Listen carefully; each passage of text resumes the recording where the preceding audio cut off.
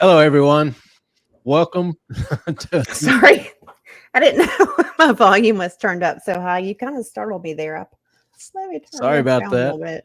That's I all right. just You want y'all scared to the shit know out that's a of me. technical difficulty right there that was not my fault. And speaking of technical difficulties, we had a little issue with the Sorry, hang on. Just give me. oh with the moderator getting logged in and everything. So Ellen's handling all that.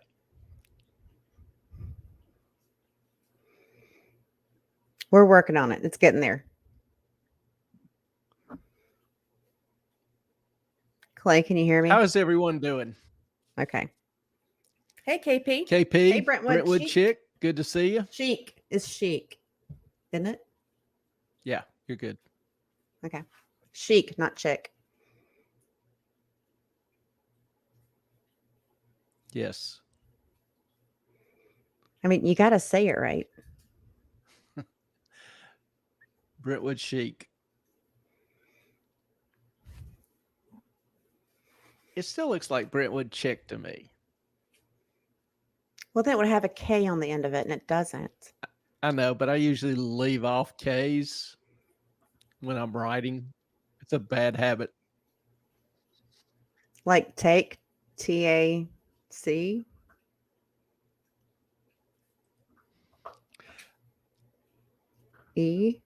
Taste. Okay. We're all kind of retarded. Yeah. All right. So, KP, doing okay. How are you doing? Clay, how are we doing?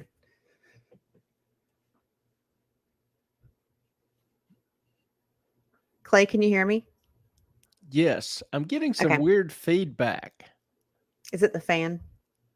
No, I actually hear your voice and then I hear it delayed about 5, 6, 7 seconds.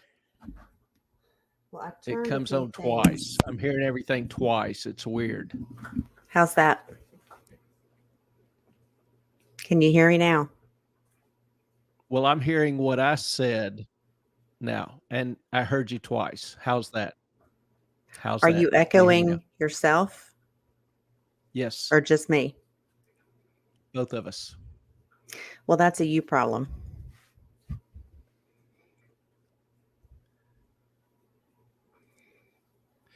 All right. Well, we'll just carry on. I think I actually had it figured out. I had YouTube running in the background. That will do it. So that was the problem. Okay. And oh, shoot. I can't see all this stuff. You sound good to me. Okay. So, Moffat on Money on the comments tonight is actually a mod that is Toots or Zan's Tired, because we prefer just to have someone on StreamYard. And when you're on StreamYard, no matter if it's me, if it's Clay, if it's a mod, it's going to show up as Moffat on Money. Don't know why, but it's a thing. So give her all the love because we appreciate her being here tonight. We do. Viking is unable to join us tonight. We hope she'll be able to return soon and in good health. And so Toots has graciously agreed to step in for us, which we very much appreciate. The mods really make our job a lot easier. And so we thank Toots, and good to see everyone. Now, I guess it goes without saying, I don't know if I, properly introduced us. I'm Clay, and joined by the lovely and gracious Miss Ellen. We're Moffat on Money, and welcome to tonight's broadcast. Glad to have you. And for those on the replay crew, glad to have you. It's good to be back after missing a week. Seems like it's been longer. It was kind of a hell of a week. had some family complications. Everybody is better now, and we're very thankful for that. And greatly appreciate your prayers, your positive thoughts for them. They're still in need and still a lot of hurts there. So we do appreciate your thoughts and prayers. And very glad to be back. Now, in terms of some of the events of the week, as we warm up to the main topic, it was an interesting week in the economy and the markets, not just, for me personally. Hang on. But one thing that I got to interrupt you. So Sorry. tonight we will be discussing a little bit of SBF, FTX, a little bit of what in the world is going on with the economy, what to expect, and also, of course, the subprime crisis of 2008. Is it possible again? And I hope, and I appreciate that, KP, and I know Clay does too. Very That's much very so. sweet. And you guys just hang in there, because in my humble opinion, and I'm sure Clay can give you more insight on this, the economy is not great, and it's not going in a great direction. All right. To you, Clay. Yeah, it's a fun time to be alive. Not necessarily from an experience point of view, but from a historical point of view, because there is so much going on. Ellen alluded to the fact that one of our favorite individuals, Sam Bankman-Fried of FTX fame, was in the news last couple of days. The prosecutor has announced he wants to drop some charges against Sam if the judge agrees, quote, to try him later. Now, the explanation that I saw, and please understand, I'm not a lawyer, not trying to step in as one, but just looking at the news, the issue has to concerns some charges filed after he was extradited to the U.S. that apparently weren't included in the initial extradition agreement.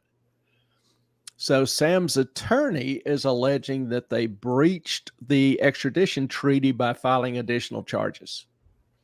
The defense is arguing for complete dismissal. Obviously, that's what defense attorneys do. And this is, very much out of my bailiwick, but I thought it was interesting. And Sandra's here. Sorry. Hey, Sandra, how are you doing? Good to see you.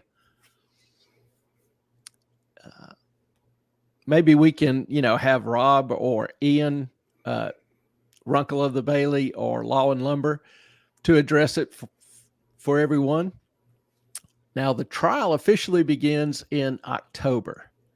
Any bets on if it surpasses Depp v. Heard for the most YouTube interest or the biggest conversation piece?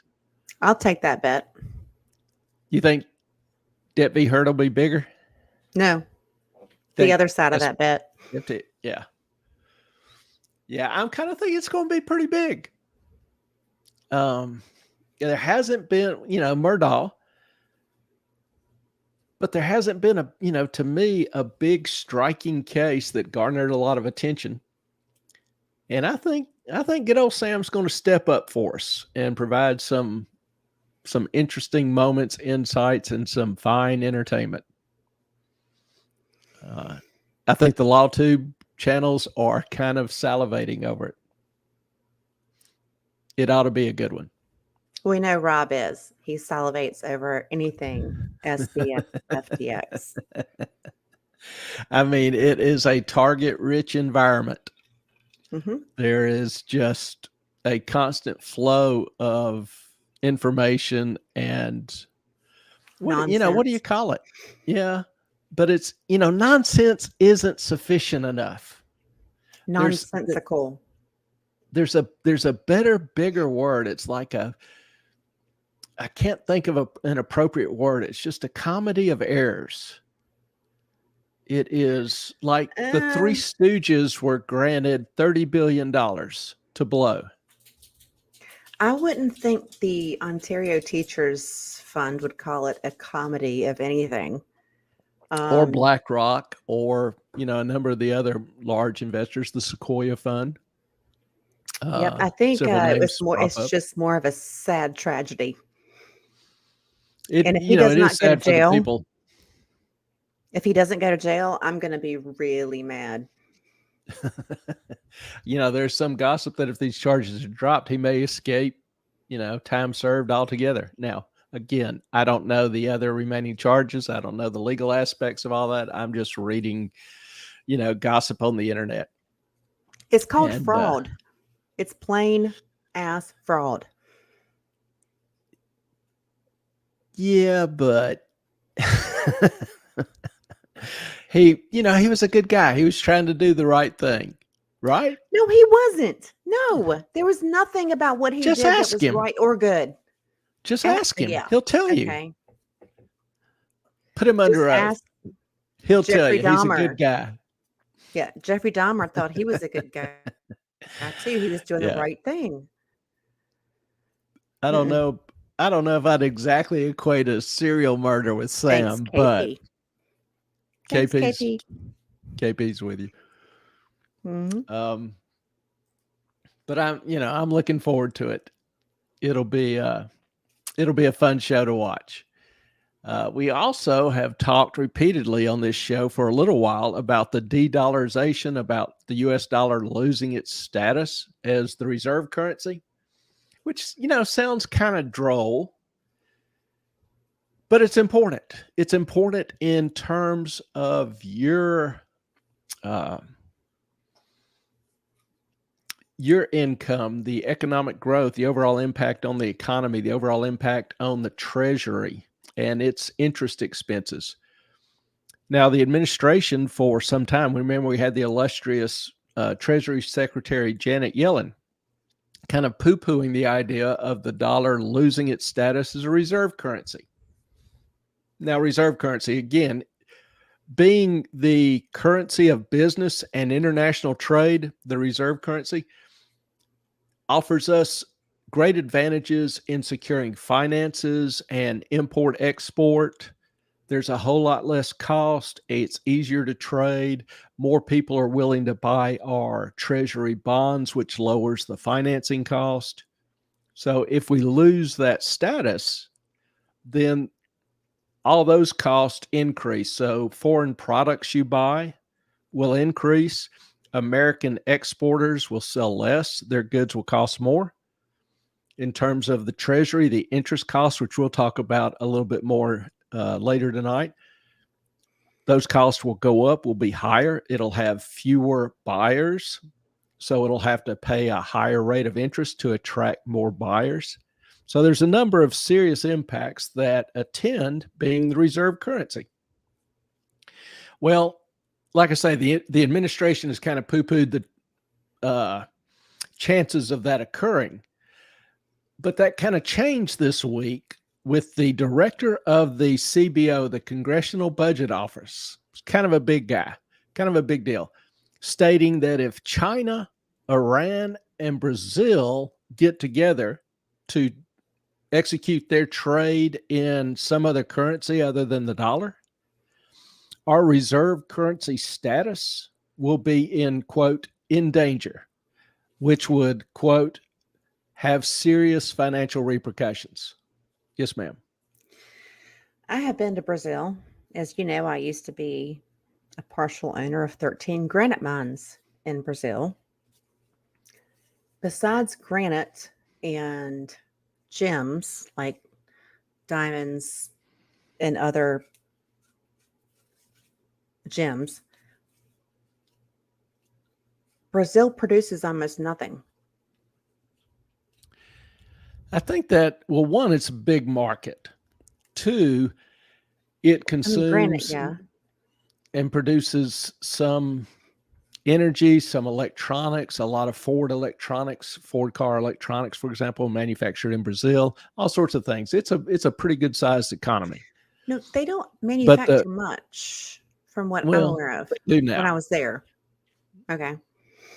But the CBO, the director of the CBO was talking about 3 countries: China, Brazil, Iran. He didn't say what would happen if China, Brazil, Iran, India, Russia, South Africa, Venezuela, Argentina, Saudi Arabia, Egypt, Argentina, Indonesia, UAE, United Arab Emirates, Mexico, Nicaragua, Pakistan, Thailand, Cuba. Turkey, Afghanistan, Belarus, and a growing list of other nations all joined this new entity to conduct trade in something other than the US dollar.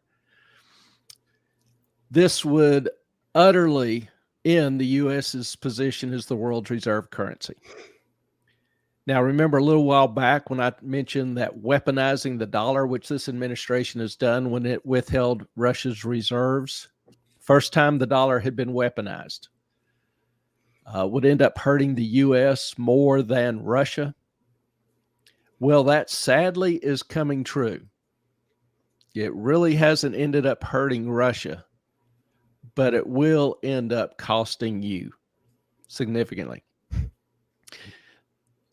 The director also mentioned our rising interest payments, and this is where some of it gets good.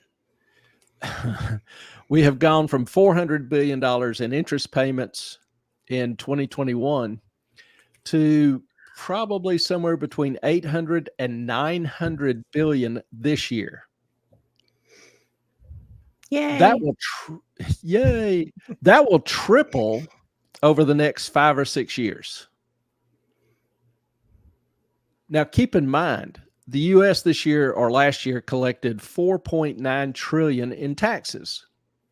So if we get a significant recession, if interest rates stay high or even go a little higher, which is very likely, actually, we could very easily see tax collections equaling or being less than interest payments. And how cool will that be? That's another how cool will that be moment when we are borrowing money to pay interest on the debt we already owe.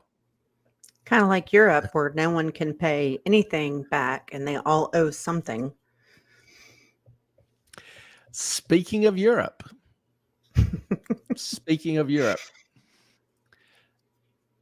I think Ellen's alluding to something here. This is, let me get this here. Oh, come on now.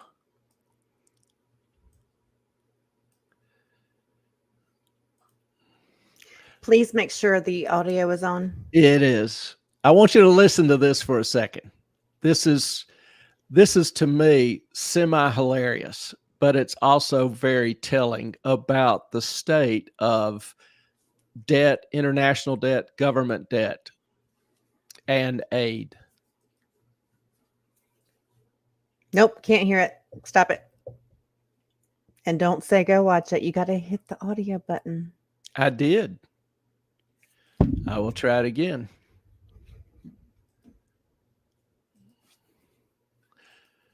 Share screen. Not just screen. That. You got to hit share audio. Share system audio. There you go. Little button I click, that pops up. Now let me try it again.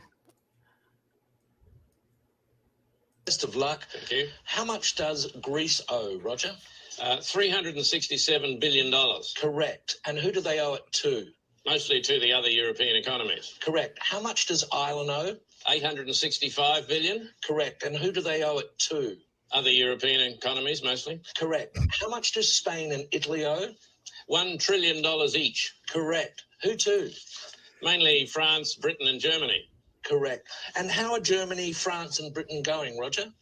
Well, they're struggling a bit, aren't they? Correct. Why? Because they've lent all these vast amounts of money to other European economies that can't possibly pay them back. Correct. So what are they going to do? They're going to have to bail them out. Correct. Where are they getting the money to do that, Roger? That's a good question. I don't know the answer to that one. How much does Portugal owe? Hang on a minute. What was the answer to that earlier question? Just keep answering the questions, Roger. Where is Portugal going to get the money it owes to Germany if Germany can't get back the money that it lent to Italy? Just a minute. What was the answer to the previous question? The question was, how can broke economies lend money to other broke economies who haven't got any money because they can't pay back the money the broke economy lent to the other broke economy and shouldn't have lent it to them in the first place because the broke economy can't pay it back? You're wasting very valuable time, Roger. How much money does Spain owe to Italy? $41 billion, but where are they going to get it? Correct. What does Italy owe to Spain? $27 billion, but they haven't got it. They're broke. Correct. In case All any right. of you are feeling, I don't know, like you're alone in your brokenness, no, you're not. No. The whole world is broke. Yeah, when you think about broke economies lending money to broke economies who can't pay them back, and the way the guy phrased it there at the end, it's the kind of thing where you can either laugh or cry. But that was a very adept description of the current state of international finance in the Western world. And the real question is, if debt is not a problem, like many people in politics say, oh, borrow more money, let's increase the debt ceiling, let's borrow more and more money. If debt is not a problem, why tax anybody? Just borrow everything the government needs to spend. Debt ultimately will have consequences, and they will be painful and they will be harsh. The day is coming. And I'm sorry, go ahead. No, I was just going to say, I can't tell you exactly when, but that is something that you should be aware of, keep an eye out on, and prepare for. Because the economic consequences are going to be severe. When it collapses, it'll collapse quickly and harshly. Ellen, I was just going to say, if you've never watched the George Carlin bit on the Catholic Church, if you're Catholic, I am so sorry. But he does this thing where, like, God is all knowing, omnipotent, all creating, can do anything, but he can't manage his money. He always needs money. As far as the Catholic Church, you got to tithe, you got to give me more money. It reminds me of the, never mind. Yeah. Sorry. Brentwood Chic. Had to catch Nice myself segue, there. thank you. How does this get fixed so everyone is back in the black? Well, it's like companies that borrow too much money and can't pay it back. If you want to understand economic theory and consequences and ideas, just personalize it. Suppose you own a company, you borrow tons more money and you can't pay it back. Well, your really only choice is to go bankrupt, and people lose their jobs and you lose your savings. It's not going to be any different when the governments have to declare bankruptcy. They can print, they can start printing money again, but will you trust it? Or will you look for something else? Probably there's going to be a lot of people looking for something else, whether it's Bitcoin or gold or just doing barter trade or some other currency where the country doesn't have all the debt. So the exact consequences, I can't begin to describe accurately. But if you look at countries that have overborrowed and overspent, like Argentina, Chile, Zimbabwe, their economies are just utterly devastated. Inflation is running 100 up to 1,000%, or even over 1,000% sometimes. So you're seeing prices double for goods every day. It's just insanely stupid. That's the kind of pain I'm talking about. So the way to fix it is for what's the old saying, that the chickens come home to roost? Chickens are going to come home to roost. But that's not all. There's more. Oh, Just real quickly, in other news, it looks like there's going to be food and drug shortages ahead. penicillin. Because we Yeah, I can't just saw grow where mold, Pfizer, because we can't grow mold on bread anymore, apparently. That's I just gonna saw be a where problem. Pfizer the other day said that they were going to run out of supply in a month or two.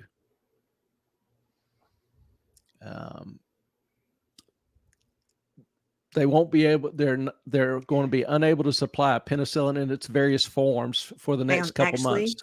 Brentwood Chic, I do. That's another discussion, another topic. Okay, let me just segue this. I hate to interrupt, but You're fine. no. So this kind of leads into this whole thing. So, like in 2007 or 2006, we got into the granite business in Brazil, and what we did was we figured most of the Italian granite is from Brazil. They ship it to Italy and then they ship it back to the US. And that's what you buy. So you're paying a lot of shipping costs. Like most Italian granite is not in or from Italy. It's just not a thing. Some is, but very little. So I would go to the granite shows in Brazil and meet tons of Italians. I mean, one guy that I was talking to, I can't remember what his name is at the moment, but he did an entire casino in Las Vegas out of granite from Brazil, but he was Italian. So we thought, you know what? What we can do is just cut out the middleman, the Italian, sorry, Italians, and just bring it straight from Brazil and then save people tons of money because everything in Brazil is granite because they have so much of it. So we had rights to 13 mines and we did quite a few countertops and stuff in the US, but then 2008 happened and no one was buying anything and it kind of crashed the whole business. So, but in a lot of those granite properties, there was a ton of gold, Brentwood Chic. So yeah. Okay. Go Fair ahead. enough. Swoop. Swoop. There you go. There's your swoop. Yeah, I, don't, I need some sound effects. Oh,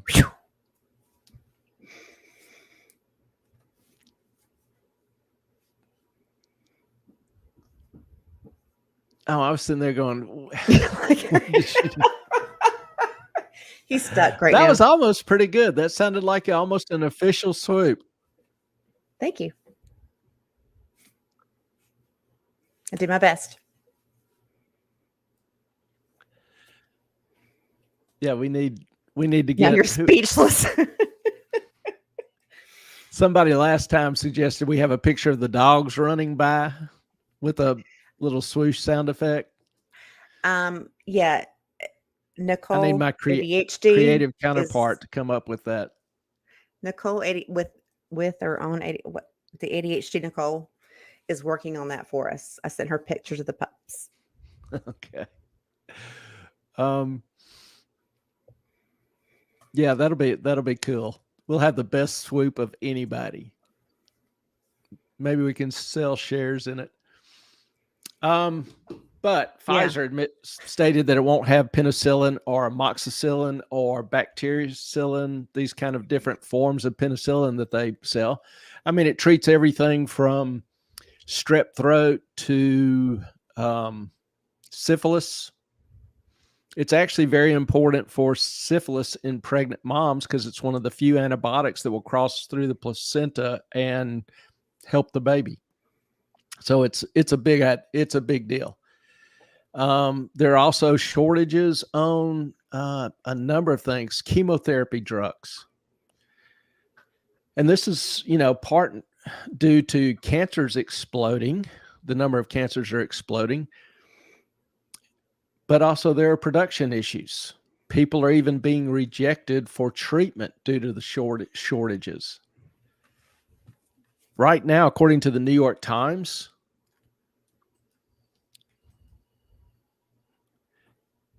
drug shortages are near an all-time high. They had an article, drug shortages near all-time high leading to rationing on May 17th that I came across.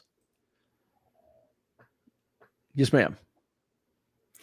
So all of us with ADHD that take medications for it, you better stock up, even though we can't. Yeah, they're already having issues in California and several other places where the meds cannot be found or gotten. Yeah, you really need to start. If you have essential meds, I would try to stock up as best you can. How you do that, I don't know. Skip some, talk to your doc about getting an emergency advance.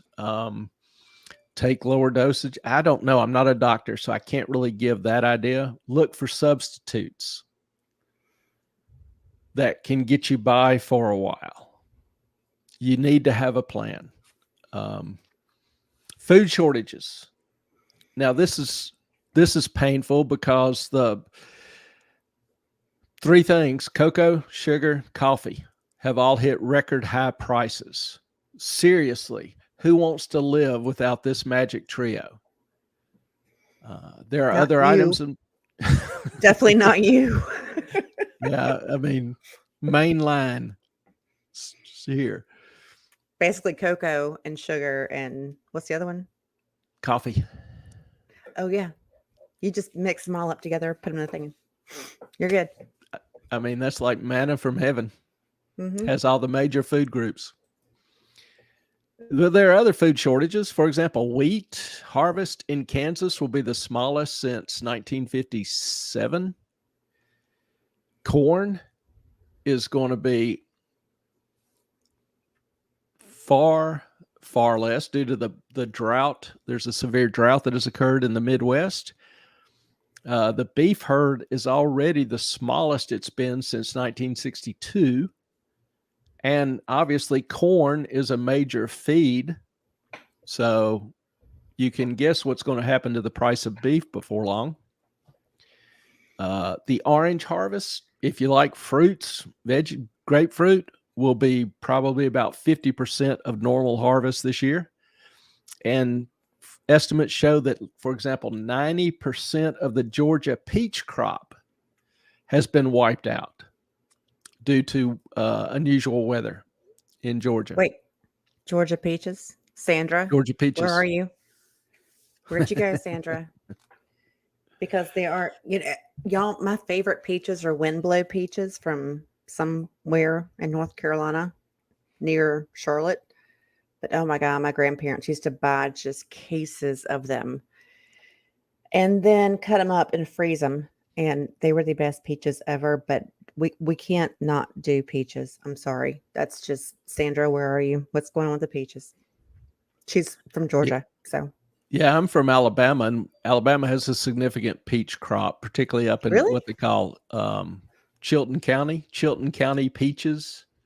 And we would always go up the interstate and grab a basket of peaches. There was a peach stop there right off the interstate. We'd always drive up there and grab a basket or two of peaches, Chilton County peaches. That was some fine eating. You'd bite into one and it would just soak the front of your shirt with all the juice running down. It Those are was the best kind. fine eating.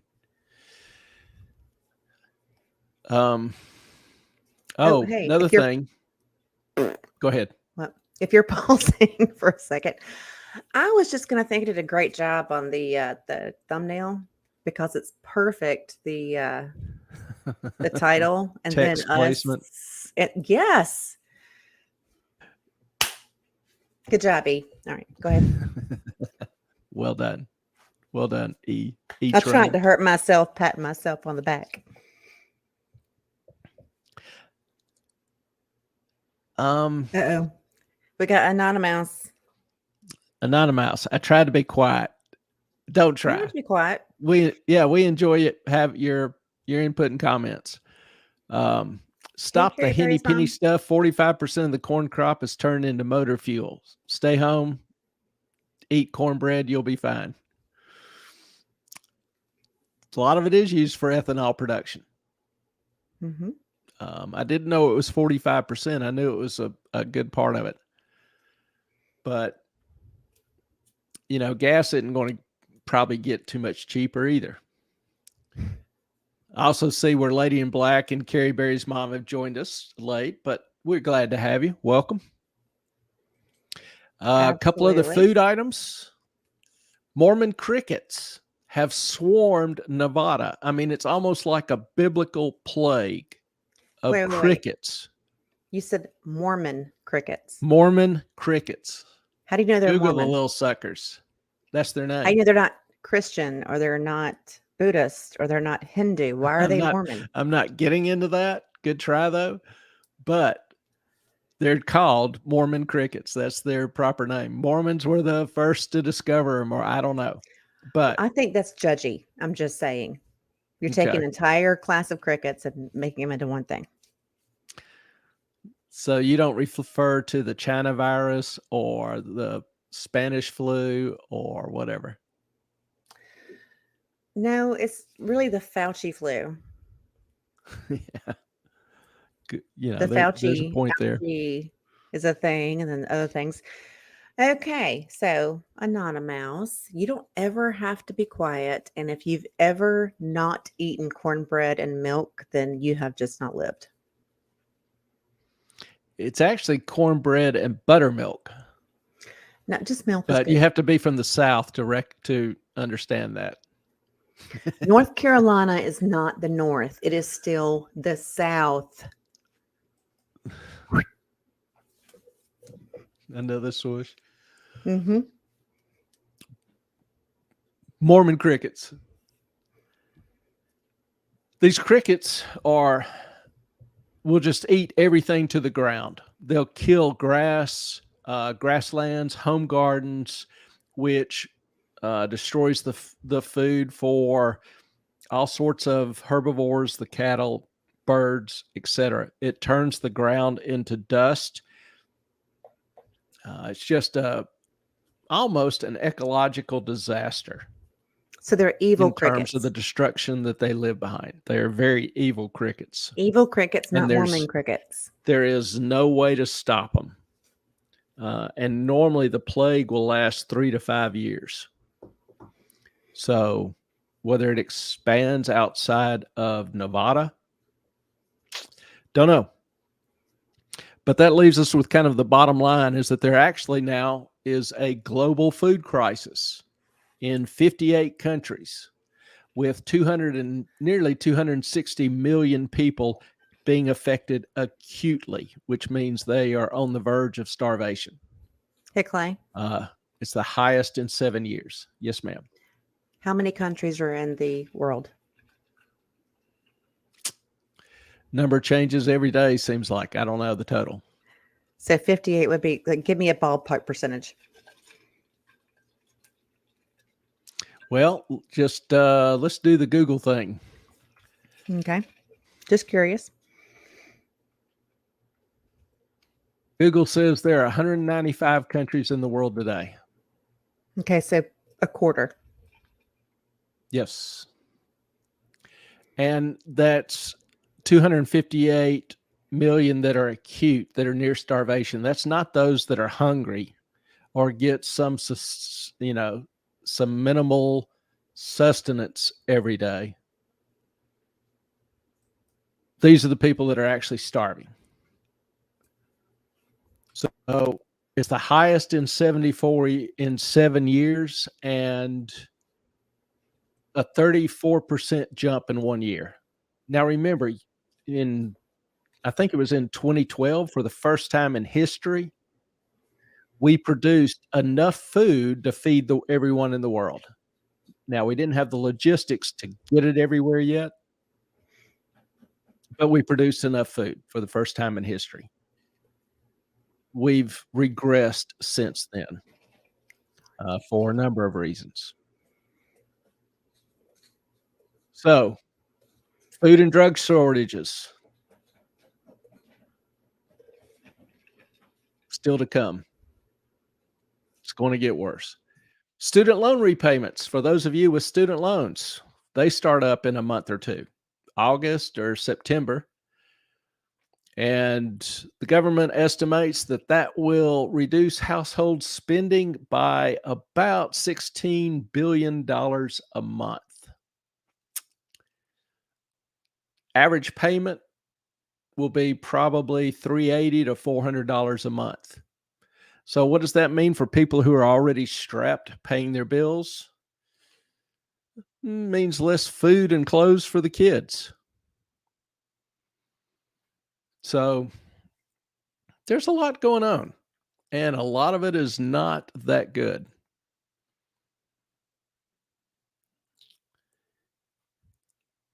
I see Anonymous saying Nevada has nothing but rocks and sand, smaller rocks. If we're reliant on food production from Nevada, we are truly effed. Well, they do produce a little food. It's not all desert and rocks, but even those with home gardens won't have the food that they would have otherwise. And it's very possible that these crickets, couldn't think of the name of them. All I could think of was Mormons. Let me not say that. These crickets could gravitate to, for example, the San Joaquin Valley, which produces 30% of our food. Just that one valley. Now, that valley is the size of the state of Alabama, but there's some serious risk or problems there. Lady in Black. My mom's pension is from the Ontario Teachers Fund. Not happy about that.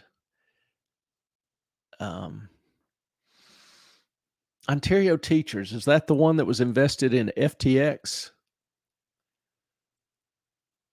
It was one of the Canadian teachers funds. I forget which one. But I can't remember exactly. All right, I see Ellen has left us. God knows for where, but she's taken off, so we'll look forward to her quick return. Carrie Berry's mom.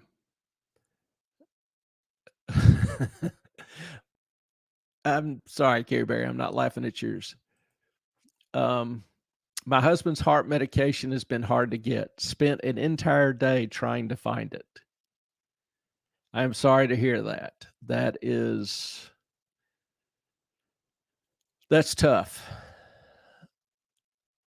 And I'm afraid that's going to be more common. I don't know how to work with your doctor to try to remedy it, get an alternative, or be able to stock some emergency supplies. But for those of you who have medications that you're dependent on, you need to have a good long talk with your doc and or pharmacist and see if there's anything that can be done. It's going to get worse. Now, here's the message I got from Ellen. I can't get back on because my taskbar won't go down. Just want y'all to know, I'm not the only one with technical difficulties here. I have screwed up a bunch trying to learn and get more comfortable with StreamYard and the YouTube relationship here, along with the other stuff going on. This is not my fault. I'm not the the technical obstacle here.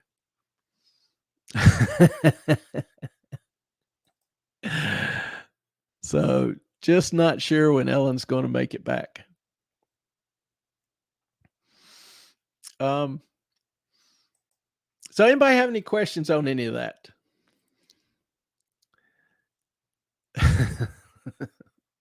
Ellen wants me to put her back on. And Ellen, you're not connected.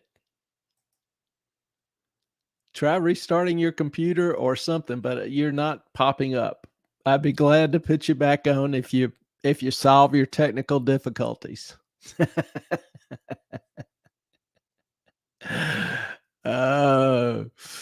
You gotta, life is good. It really is not bad sometimes. All right. If there are not any questions about any of that, let's talk a little bit about the well-known subprime crisis. Got a question first from Brentwood Chic. What is the natural enemy of these crickets? I honestly don't know. I'm thinking a can of Raid, a hammer. There she is. Am I back? Can you hear me? You're back, and we can hear you.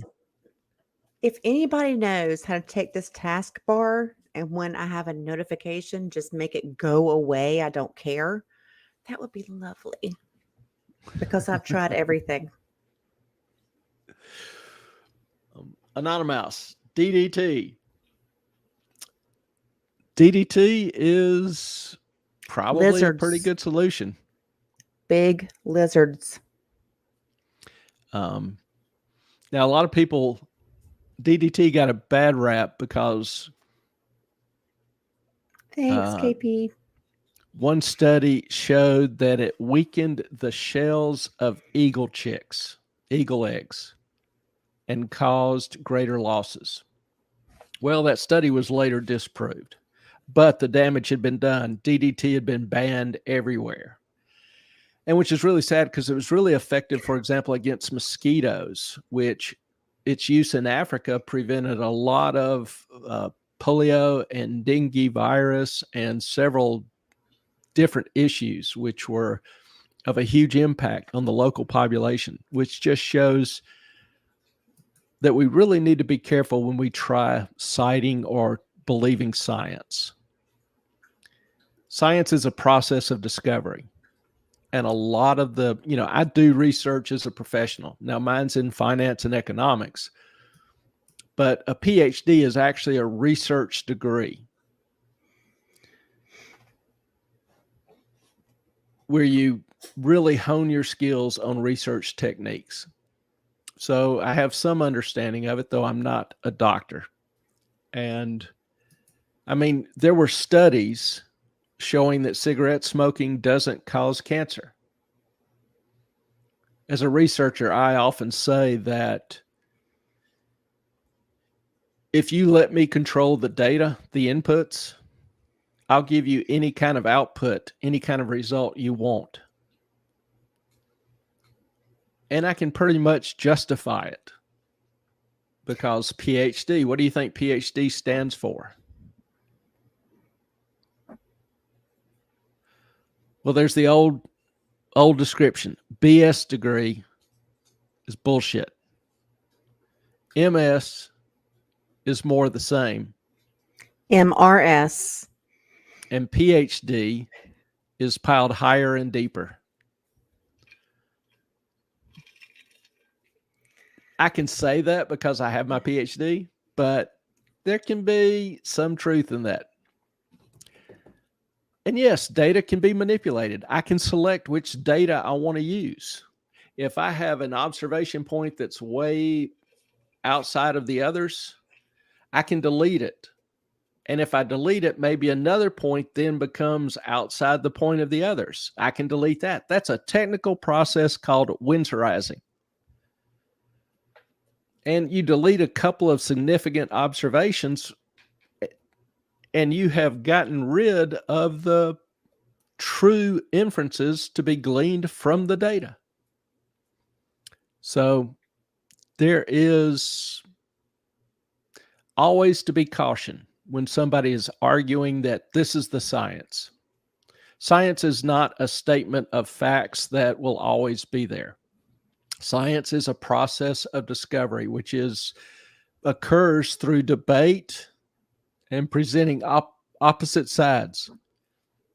I go to a conference, academic conference, and present a paper in front of 10, 50, 100, 200 different academicians. Their job, literally, and they take it earnestly, their job is to sit there and try to tear apart my paper and ask me questions as to why did I do it this way instead of this way. And I have to be able to justify it and give a reason. That's what we do. That's how we do research. And I think everybody ought to take that same approach. Ask why, how. So that's my 2 cents. That's my research rant for the night. You know, it's kind of like you can go to the internet and find anything, any position that you want to take. You can find information to back it up. It doesn't matter what your position is. There's always something out there to back it up. And that's just, it's kind of sad that we don't use clean data, in my opinion, to get results. We just use whatever fits our narrative. My opinion, to get results, we just use whatever fits our narrative. Whoa. My opinion. Yeah, there is an aspect of that, but a lot of times, like, I could do a 5-year study on data, use 5 years worth of data. I could use 10, 20, 30 years worth of data. Each period I choose, I'm possibly am going to get a different result, showing that this factor is important in one selection and it's not important in another. So that may honestly bias my result, which data I select. So you've got to never fear questioning a scientist. And if he is competent in his job, he will never mind or object to you questioning him. If there is somebody that objects, you're not dealing with a real scientist or researcher. They're not interested in trying to find out what is. They're only interested in presenting what they want. You look like you want to say you're about to burst. Yeah, I'm having some technical difficulties. I'm hearing myself on a 5-second lag, and I'm not connected to my iPad, and I don't know what's going on. You'll got to give me a few minutes to figure this out. I don't know. I mean, it's freak thing. I don't know. Do you have YouTube running in the background? No. That's what I did earlier. Well, I know you did, but I have it on my iPad, but I have no volume on my iPad. I'm not connected with my earbuds on my iPad, and something really weird's going on. So, excuse me. Again, it must be noted for the record, I am not the problem with the technical difficulties tonight. But I can't leave the studio because I can't see below where my taskbar is. This is so annoying. I'm sorry. Let me see if I can figure this out. Oh, and this is especially sweet because I've taken a few comments from my how do I want to say this? Tech skills. Primarily because I've made a few mistakes here and there. So a few. Karma. That's all I'm going to say. Myself. Karma. It's so weird. How do I? All right. This is a good night, y'all. I'm sorry. Yeah, this is a messed up night, but it's all good. So how do I? All There's right. a While you do way. that, we're going to talk about Subprime Crisis. All right, I'm gonna. Hi. It's all right. I just killed her mic. All right. Come on, baby. Roll for me. Subprime Crisis. This is actually a presentation I did back in, I think, 2010, or first did in 2010, 2011, somewhere around there. And I have looked at it and presented it several times, but I really haven't revised it because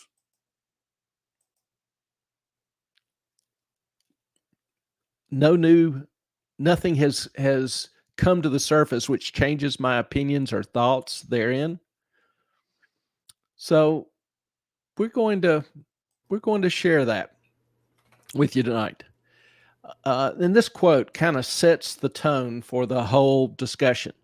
U.S. housing policies are the root cause of the current financial crisis. Other players, greedy investment bankers, foolish investors, imprudent bankers, incompetent rating agencies, irresponsible housing speculators, short-sighted homeowners, and predatory mortgage brokers, lenders, and borrowers all played a part. But this is the key part.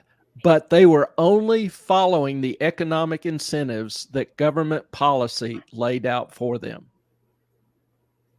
Only following economic incentives that government policy laid out for them. Now, I'm actually going to use the slides that I use in making this presentation because there's no reason not to. And I think if you want to go back and refer to some of these things or see some of these issues, it might help to have the slides actually on the record. But I'm going to start off looking at some history. And the history is that, and I wish this graph goes, I don't know how well you can see it right now, but it goes from about 1979 through 2009, 2010.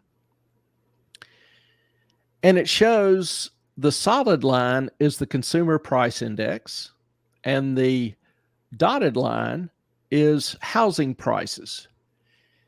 And I wish it went further back, because with the data we have available going back to early in the century, housing prices and inflation were closely tied. Houses increased at the rate of inflation. But something happened around 96, 97 to start decoupling that relationship. And as you can see in the graph, signified by the red arrow, there was a huge spread that occurred between housing prices and the rate of inflation. When something is closely related, closely correlated over 60, 70, 80 years, and then all of a sudden diverts, the question has to be asked, what caused the diversion? And that's what we're going to look at tonight. Housing prices decoupled around 96, 97 through the subprime crisis. And as we'll see later tonight, remain decoupled. Now, subprime mortgage. First, let's kind of set the term. What is a subprime mortgage, or would you be interested in a subprime mortgage? Well, let me ask you a few questions rhetorically. Would you like mortgage that lends you more than the value of your house? And think about that. If you're a lender and you need collateral for the money you're lending out, are you going to lend somebody more money than the collateral is worth? You would probably want to ask yourself why that occurred. Would you like it structured so that your first payments are extra low? Now, if you have a mortgage, you pay interest on the outstanding amount for the past month, plus a little bit of principal. And over time, you reduce the principal so that the amount of each payment in interest reduces and the amount of principal in each payment increases. It's called an amortizing loan. Well, there's a way that lenders can take your first few years' payment and make them artificially low, which means you're not paying enough interest. So you're not making a large enough payment to pay the interest on the outstanding loan each month.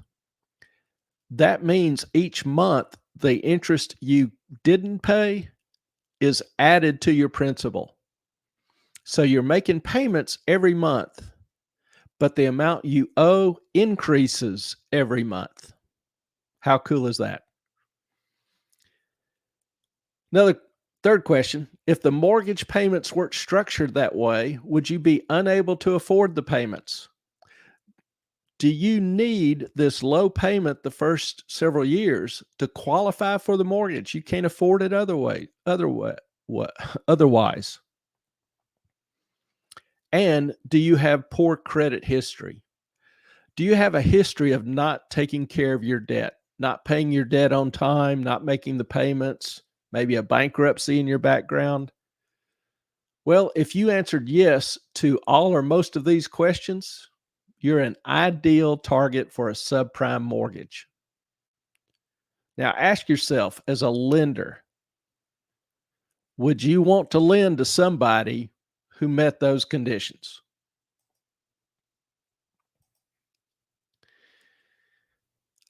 A little bit more history.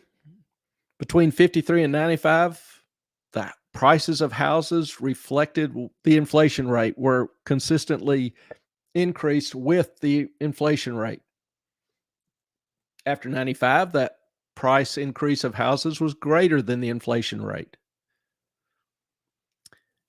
Now, Robert Shiller is a noted academician. I want to say he's with Princeton. But he showed that adjusted for inflation, that the real price, the price of houses adjusted for inflation, had not changed from 1895 to 1995. Remember, I told you how closely correlated they are, and I wish that chart went back further. Well, they're literally right on top of each other. For 100 years, housing prices and inflation increased at the same rate, so that the real cost of houses didn't change.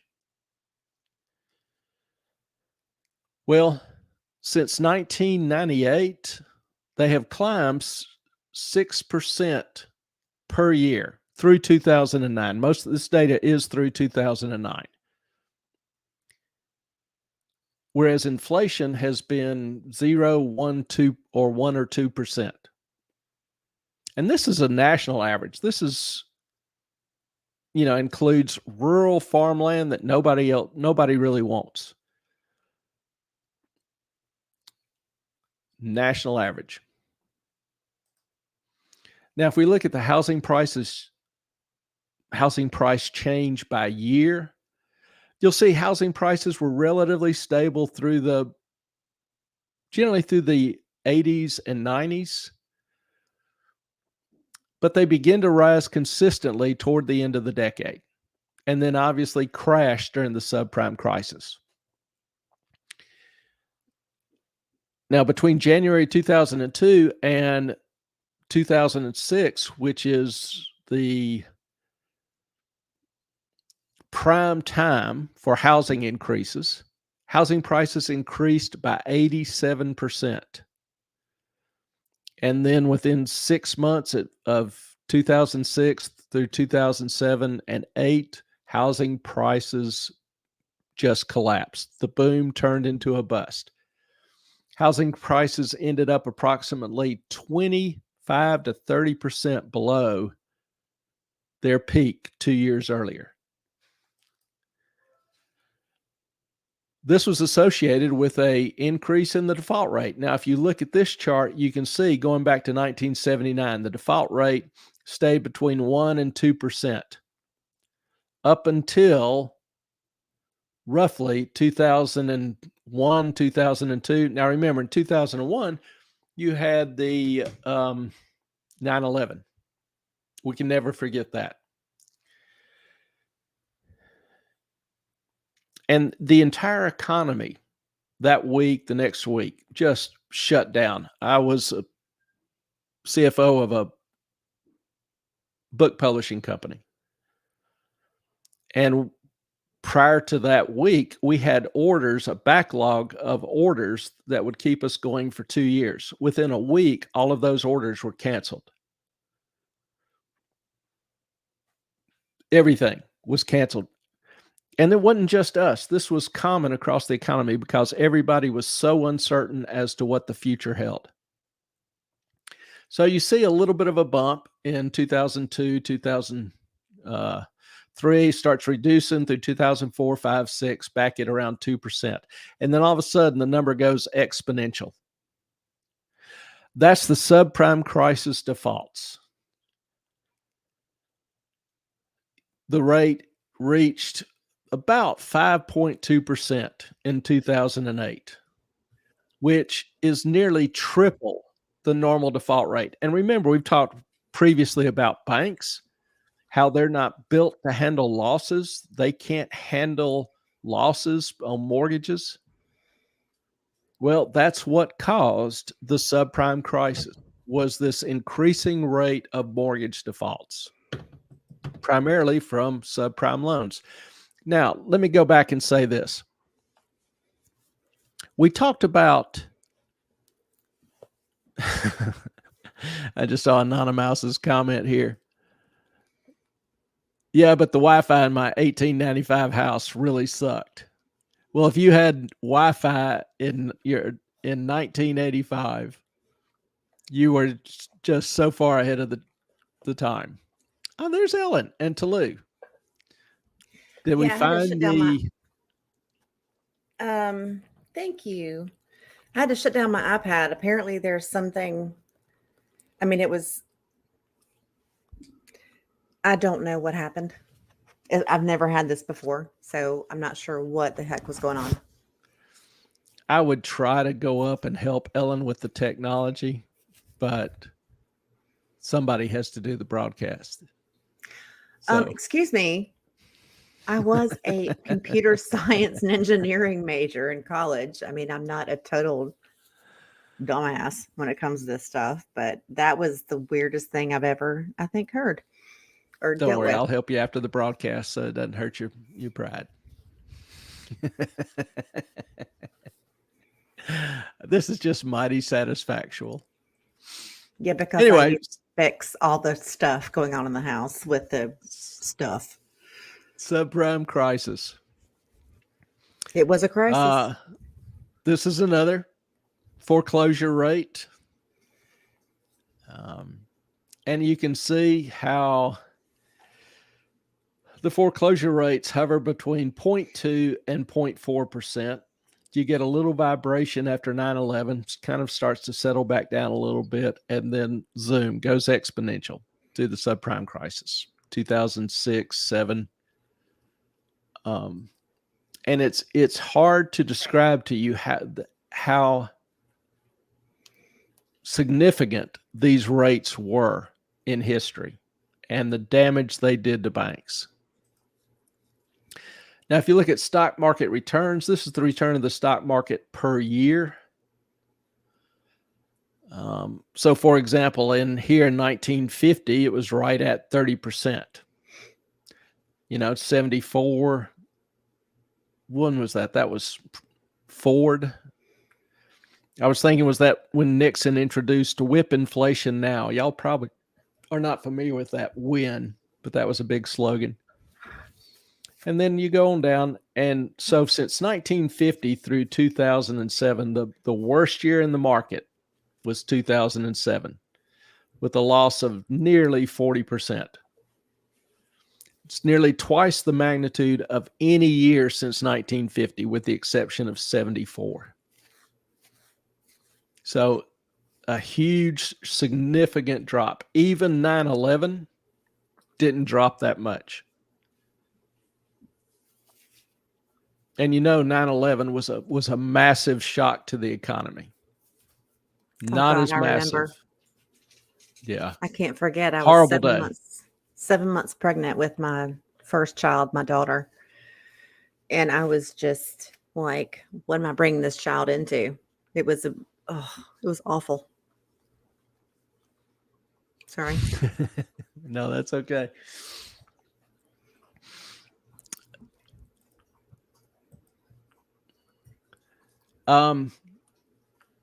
So we see the data, we see the event that happened. That raises questions. We want to know why. Why did the housing prices rise so rapidly and then fall? Why did default and foreclosures soar? And keep in mind, they started to soar a year before the recession started. Because they gave mortgages to people that shouldn't have them. Yes, they did. Why did investment banks like Bear Stearns and Lehman Brothers run into trouble? Because And they bought literally the in their mortgages. existence? Well, there are 4 factors that provide answers to these questions. But before we start on the 4, let me explain one concept to you. It's called credit enhancement. Credit enhancement. Credit enhancement is simply taking credit and making it look like the risk has been reduced. And credit risk is your probability of default. For example, your risk. I got a question, Lady in Black. Watching this, I'm really glad I went to a bi-weekly mortgage and increased my payments over what they asked for. Plus, my house was worth more than the asking price. That's rare. Congrats on being able to work out that situation. But really, a lot of people, they don't realize if they went to a bi-weekly mortgage, which basically, instead of paying your full mortgage payment once a month, you pay half of it every 2 weeks. And it'll cut down, I'm trying to remember, it'll cut down the life of your mortgage from 30 years to like 18 years. I forget exactly offhand, but it's a pretty neat little trick. But we'll have to look at that, some other time, but that would be an interesting discussion. Anonymous. When was a Ford slogan? 1974. Nixon hit us with the soybean embargo in Japan, Yom Kippur, and removal of Bretton Woods. Yes, I was thinking when was Nixon, but I'll trust your skills here. When was a Ford slogan? 1974. And it's funny, we don't have slogans now, but we've got inflation. We don't have Yom Kippur, but we have the Ukraine. And we don't have Bretton Woods, which made 2 things. It created the U.S. as a reserve currency and established a gold standard. Well, 74, Nixon, Ford removed the gold backing of the dollar, but the dollar still remained the world's reserve currency. Now we're seeing the U.S. replaced or removed as the world's reserve currency. So that's kind of some interesting parallels there with 1974. 76 is a way better year, though. I'm just saying.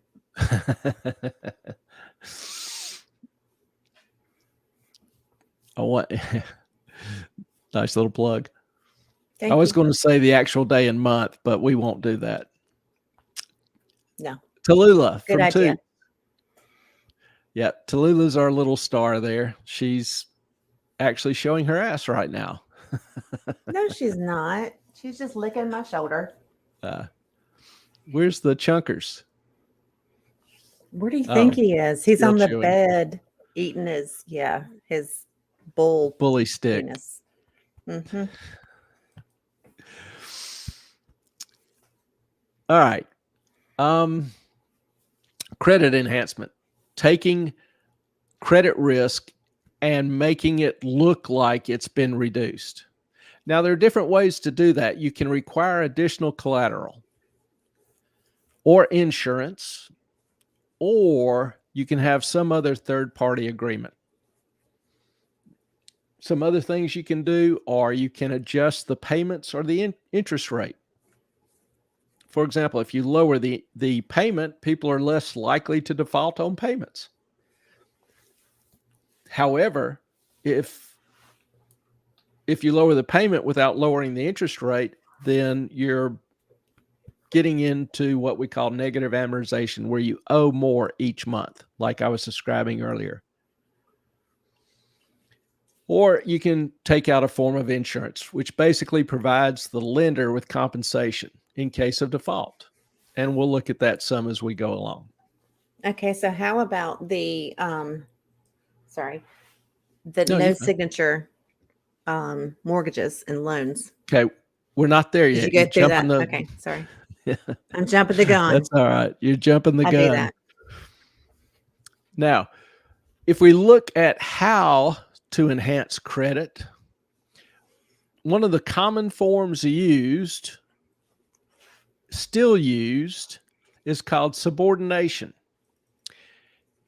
And subordination is a little tricky in that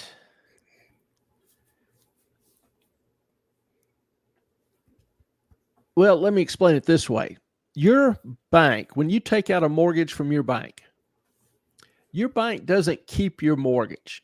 It sells your mortgage. So if you have a $100,000 mortgage, it sells your mortgage for $99,500. And it may sell 10, 20, 30, 100, or 1,000 mortgages. And these mortgages are then pooled with other banks' mortgages in a mortgage pool.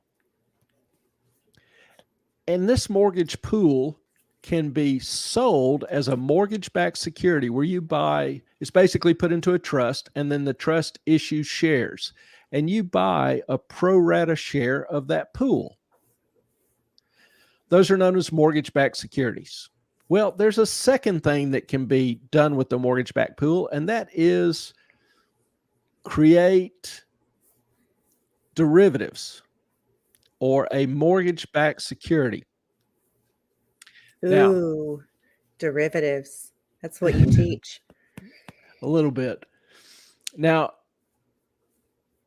this basically takes this pool and cuts it into slices. And we're going to call each slice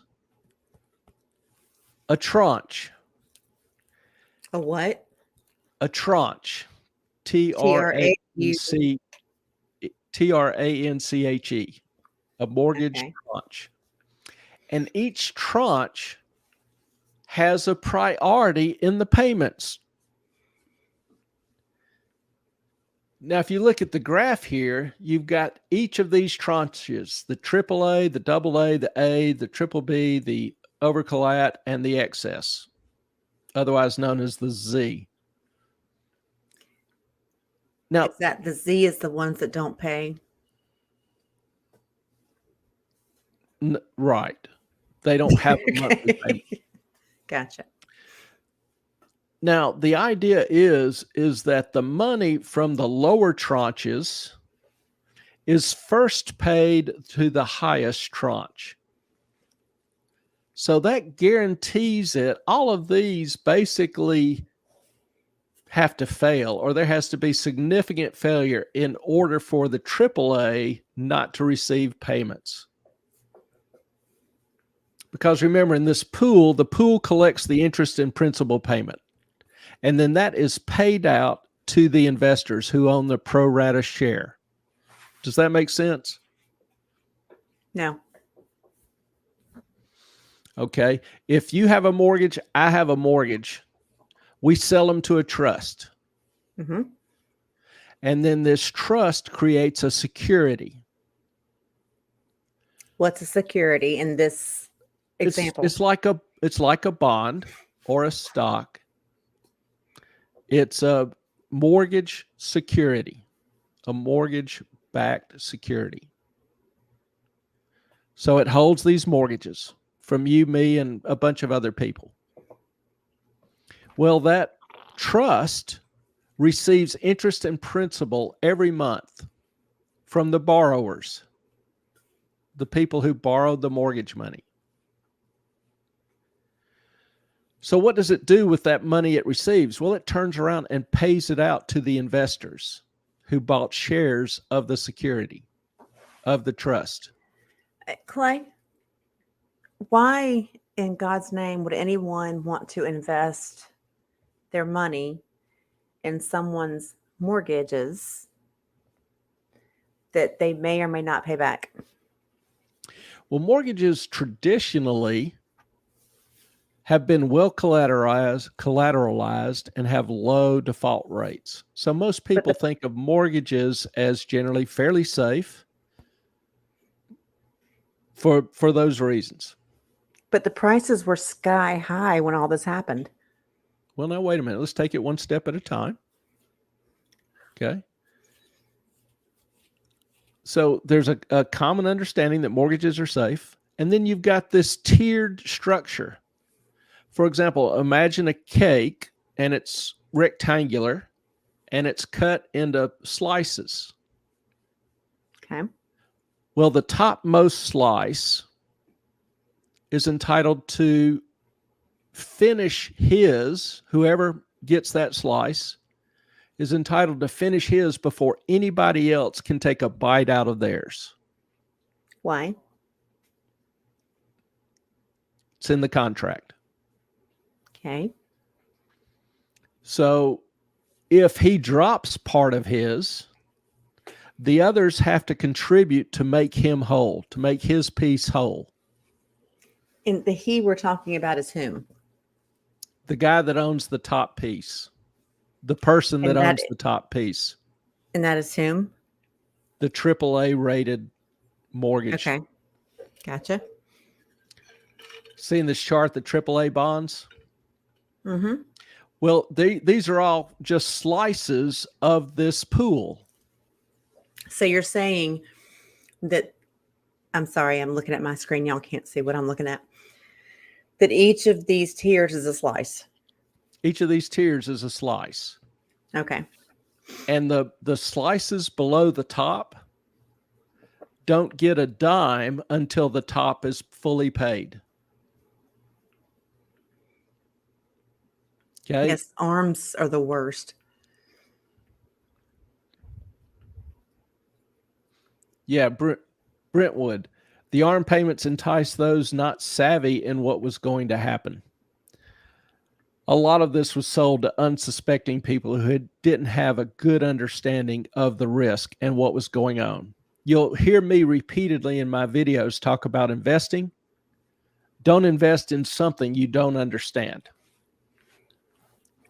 A lot of people are sold stuff and invest in things in which they don't understand. They don't understand the risk. They can't manage the risk if they don't understand the risk. So that's a big part of why this channel exists. Try to take some of this stuff and help you understand better what's going on, what your investment options are, what's happening in the markets, what your risks are, and how you can manage those better. And because we're funny and cute.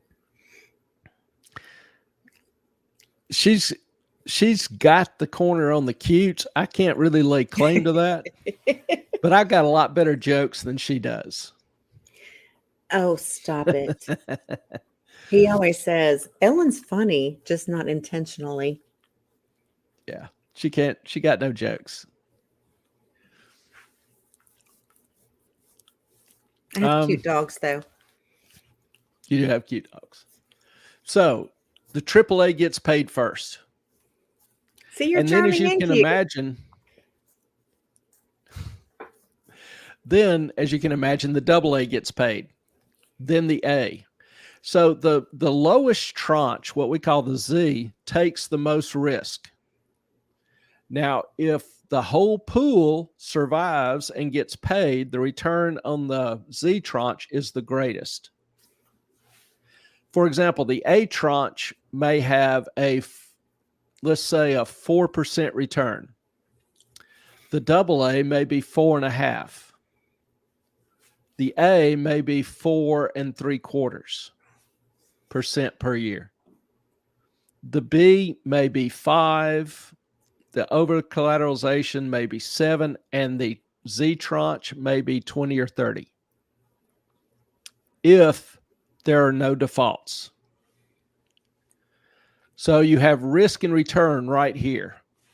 The low risk has the lowest return. The high risk has the potential highest return. Hey, Clay, you have like 1,000 arrows or on there right now. If you can click How's off that? and click back on. No. Try again. Didn't help. Nope. There you go. That better? Yep. Sorry, guys. I got Seriously, Tula hair in my mouth now. Sorry. Seriously don't know what causes that. We've talked to StreamYard and YouTube, and nobody has any good suggestions. So you've got the tiers of payment. The top tier gets paid first, and then it works its way down through the system. What happened in and then this is called subordination.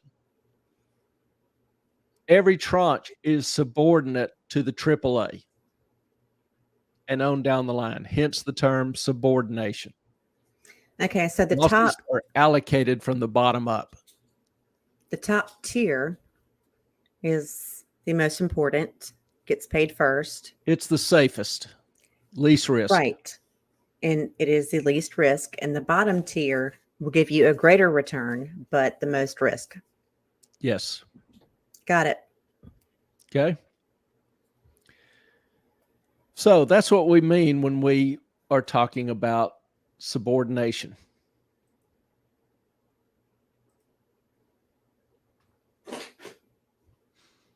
Over collateralization is just simply having more collateral. Traditionally, most loans are 80% of the value of the house. Well, under subprime, there would be cases where they would lend 100 or even 103 or 105% of the value of the house to cover closing costs. So that increased the risk. Well, one way to enhance credit is to increase the collateral, reduce the loan amount vis-a-vis the value of the collateral, over collateralization. So you have a smaller loan, you put in more equity. It's another way of looking at it. Can't that happen also if the value of the house goes up? It happens over time, but I'm talking about when the loan is initially made. Okay, Instead of lending 90% of the value of the house, you only lend 80% of the value of the house. Well, I like to throw I'm devil's advocate.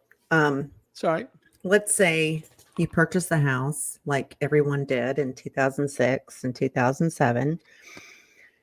And let's say you bought in 2006 and then your house value increased like they did here by 40, 50%. Does that help? No, because your loan's already in place. But the house is worth more. On paper. Well, but you've already got your loan in place. So the loan's already been made and sold to a mortgage pool. So they have no idea what the current value of the house is. Okay. Now, if the value of the house goes up, you're more likely to try to take care of that loan. Or if you have to sell the house, you'll get enough to pay off the mortgage. So there's no default, no foreclosure. Okay, well, let me throw this at you. So were people who bought in 2006 and their home values, like they did in our area, went up 40, 50%, were they more likely to get a line of credit? They did in our area, went up 40, 50%.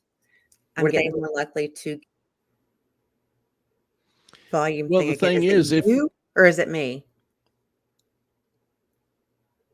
I don't hear it. Because I've turned off everything. Yeah, I don't hear anything. Yeah, if Okay. the value of the house goes up after you take your mortgage, again, it just makes your mortgage less lower risk, but it doesn't affect its rate or composition in the mortgage pool. Okay, but were people that were in that situation, were they more likely to take out an equity line of credit? Some of them maybe were. I think depends on when, what period you're talking about. In 2007, 8, 9, with the collapse of lending, lending 8 and 9, standards soared through the roof. Banks weren't willing to establish any more debt on mortgage debt.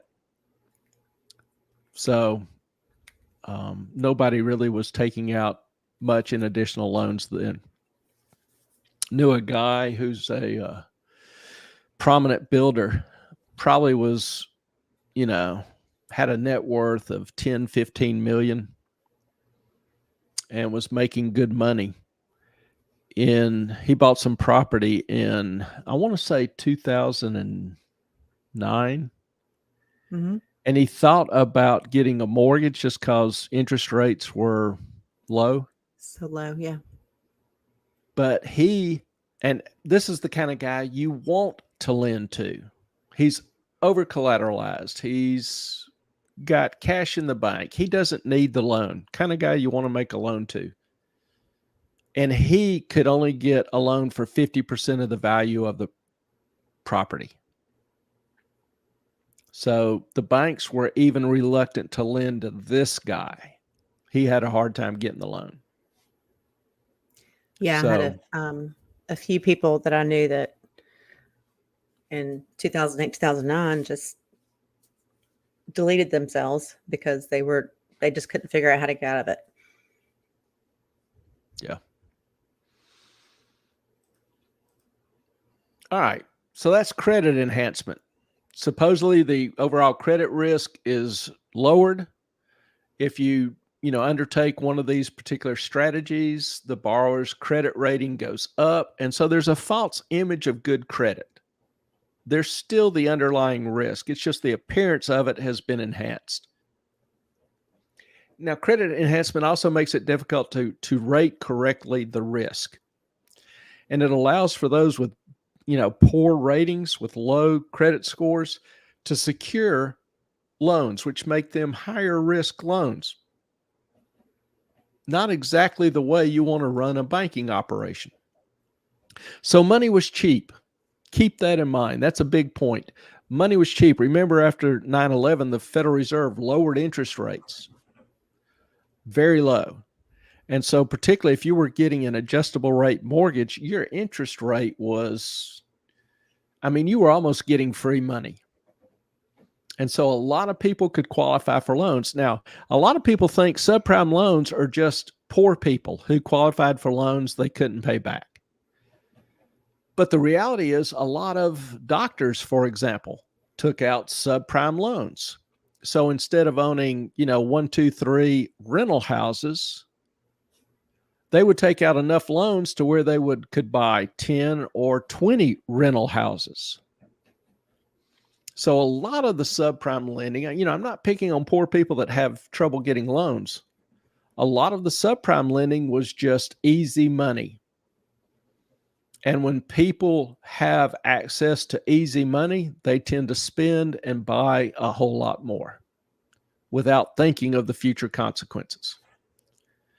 And so this easy money led to a boom. We already showed you graphically the increase in housing prices, because the demand for houses soared. Everybody wanted to buy real estate. People who previously couldn't qualify now could qualify. People who could qualified previously for 1 or 2 houses could now qualify for 5 or 10. So the housing prices just boomed. Got a question from Lady in Black. I worry about my kids, though. They're both doing weekly mortgage payments, but bought when the market was peaking.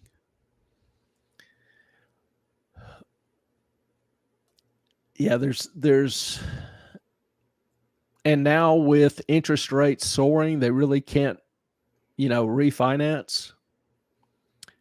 It's a tough situation to be in. You see your housing value decline, and you're oftentimes caught in a situation where your mortgage is more than your house value.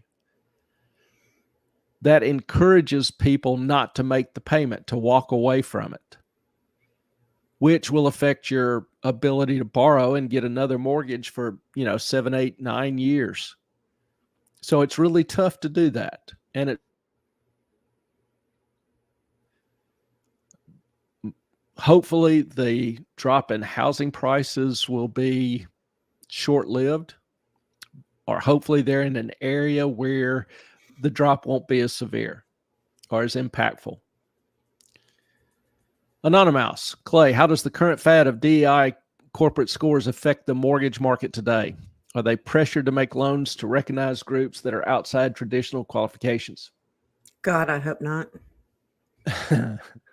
Sorry. It's okay. DEI is becoming well, how do I want to say this? There for a while, DEI, which is heavily pushed by BlackRock and Vanguard, two of the largest investment funds in the country. I mean, they've got their hands in everything, but they're really pushing DEI. So a lot of corporations were starting to implement DEI policies because BlackRock and Vanguard reps sit on their boards. They own so much stock, they have a strong influence in how the companies run. But a lot of people, and I guess I would count myself among those, are heartily opposed to using whimsical, non-economic measures to evaluate management. Or fantasies. That's DEI, diversity, equity, and inclusion. Mm-hmm. It's basically looking at, for example, the boards. What's the racial makeup and sexual makeup of the board of directors? It is taking away the focus away from cash flow and merit and looking at other ways of evaluating employee and employee performance. I'm very much opposed to being forced to hire inferior people just because of some pigment change in their skin. Or what their preferred pronouns are. Yeah, so it's just non-economic, non-merit evaluations. Nonsense is what it is. And I think it hurts. For example, we have the Bud Light controversy. Now, a lot of people will think that's political, and a lot of it is, but the key point is the people implementing the DEI policy didn't know their customer base. And their customer base is not impressed or simpatico with Dylan Mulvaney. SVB, the huge bank bankruptcy a few months ago. Their risk officer, the person charged with managing the interest rate risk of the bank, completely ignored that risk and was obsessed with implementing DEI policies. So that kind of typifies my point. Anything that takes management's focus off of cash and off of merit, actual performance, is hurtful to the employees, to the investors, to the management. There's a trinity involved in corporations: stockholders, employees, management. And if you have a situation where it's not a win-win-win for each of the parties, it's ultimately a losing situation. And people need to be aware that everyone has to win. Anonymous. The DEI dean at UNCW will be watching this. He'll probably get a copy delivered in his inbox. It won't be the first complaint they've gotten from me. And I think I mentioned this a couple of weeks ago. I had, occasionally I'll get calls from parents or moms. And one mom was talking about how I was a little rough on her daughter. And I said, well, college is not for everyone. If she can't handle her own business, if she can't execute her own responsibilities, then this is just not the place for her. And of course, that went on up the food chain. And, some of my bosses would say, well, who said that? And they would say, well, it was Moffat, one of your professors, Moffat. Just go, oh, well, nothing I can do about it.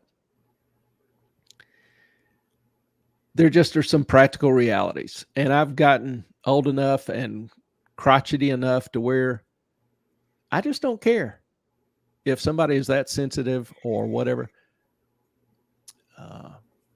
If you do your job well, if you work hard, have good manners, you will do well in this life, because there are so few of those. Employers love those kind of people.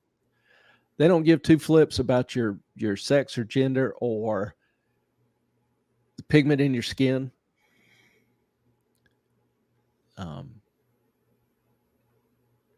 I don't either. So I do think that promoting people or hiring people for reasons other than their qualifications is harmful to the company in the long run. So I'm going to continue on with my crotchety old ass ways. Just waiting for somebody to call me a boomer again in class. Boomer. In class. And I'm Boomer. like, I look at them and go, boomer, we could stay out at night running around. We didn't eat Tide Pods. We didn't have freaking gluten allergies all the time. We didn't need safe spaces. We didn't get offended when somebody said something that we didn't agree with. You wish you were a boomer. When you hurt your fifis, go crawl into a corner. You had 18-year-olds in World War II or storming the beach at Normandy, and now you need a safe space. We've come a long way. Yeah. And I won't call it progress. So, housing bubble. Housing prices soared. Disassociate completely from the inflation rate, CPI. Now, what's the signs of a bubble? Well, home ownership rate increased from about 64% to nearly 70%. And this was over a 10-year period from 1994 to 2004. Now, interestingly, between 97 and 2006, the price of a house increased by 124%. I ran the numbers to be, the more current 10-year period between 2014 and 2023. It's been 130%. So greatly in excess of inflation. And these are median home prices. This is the average housing price. If you're in a decent area or an attractive area, it's even higher than that. Now,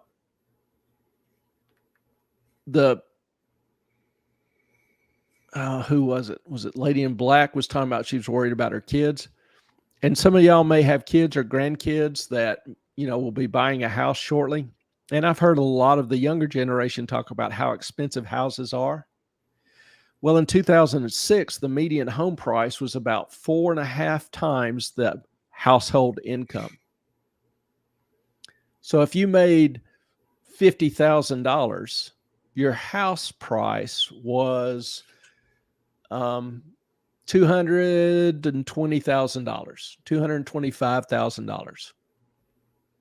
Now in 2023, that multiple is 6.8 or nearly 7. So if you made the corresponding $50,000, the house price would be up to about $350,000. Huge difference. Huge difference. And it's only getting worse. Now, another problem is that household debt. Household debt as a percentage of income was 127% at the end of 2007 versus 77% in 1990. And this is probably one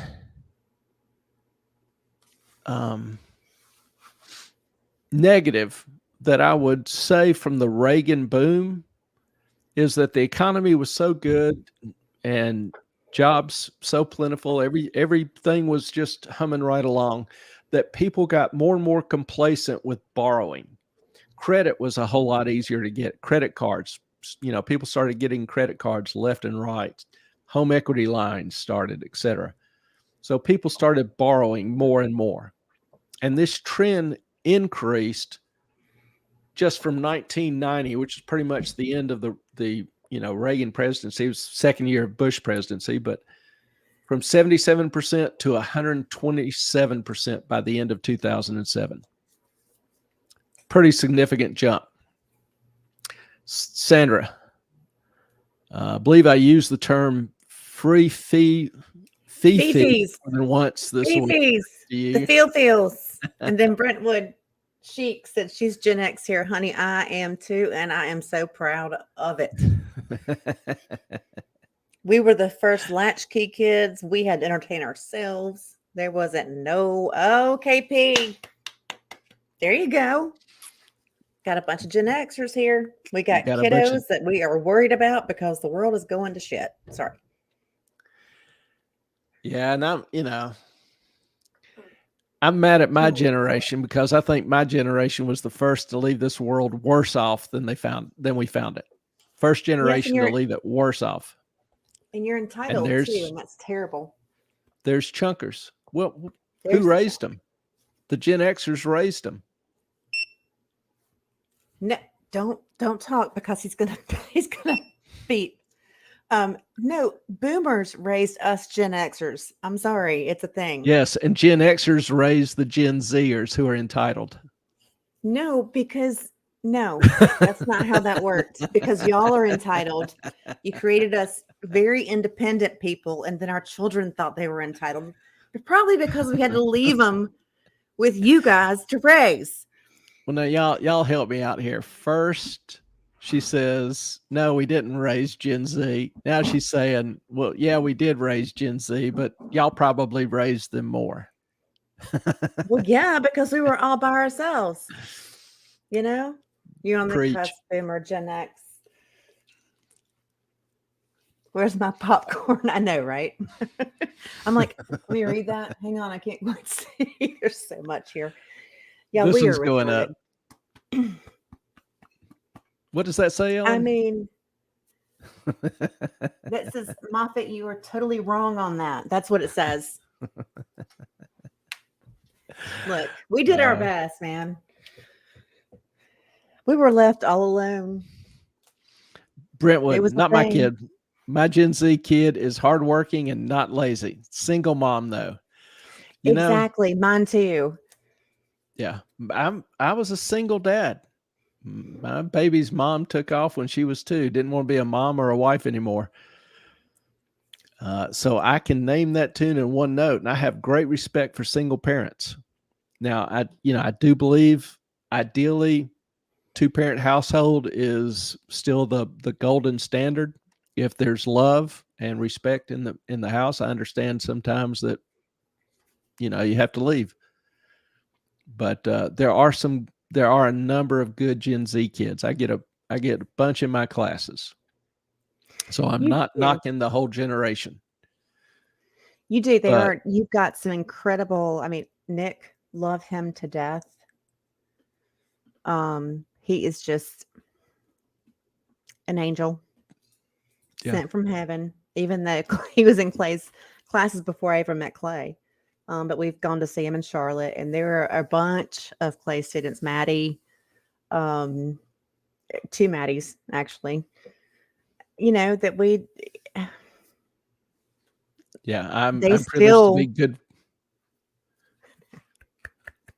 Yeah, I'm were. privileged to be good friends with a number of them who still stay in touch. They come into town, we'll go play pool or grab a scotch, or if I like I've had a couple ask me to come back to Charlotte. If I do, we'll have a dinner with a kind of a dinner party with a bunch of them. So I've got a number that I'm privileged to stay in close contact with, and I consider good friends.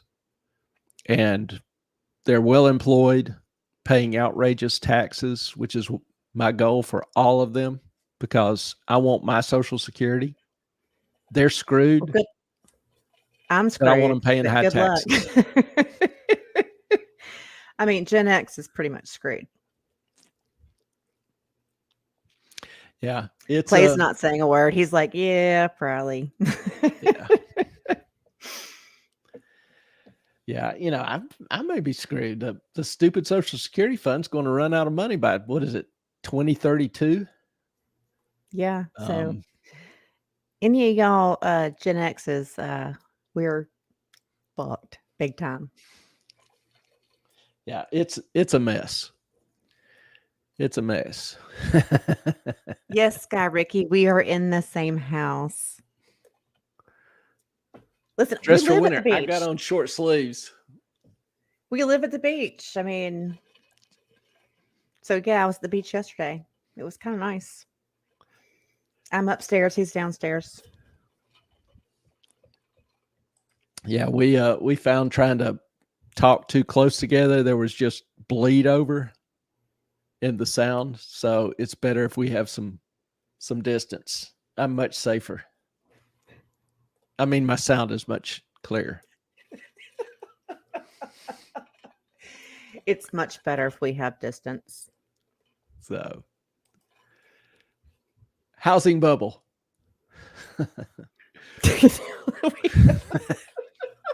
There are bubbles and bubbles and then bubbles.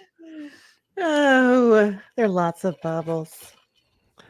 Now, we talked about how the mortgages were issued at very low rates, and a lot of them were adjustable rate with very low payments initially. Well, with the Fed keeping interest rates low for several years after 2001, 2002, but then starting to raise them in 2004 and 5, well, the mortgage payments started increasing. And people who had been used to paying $500 a month were now seeing $800 or $1,000 a month, maybe even higher.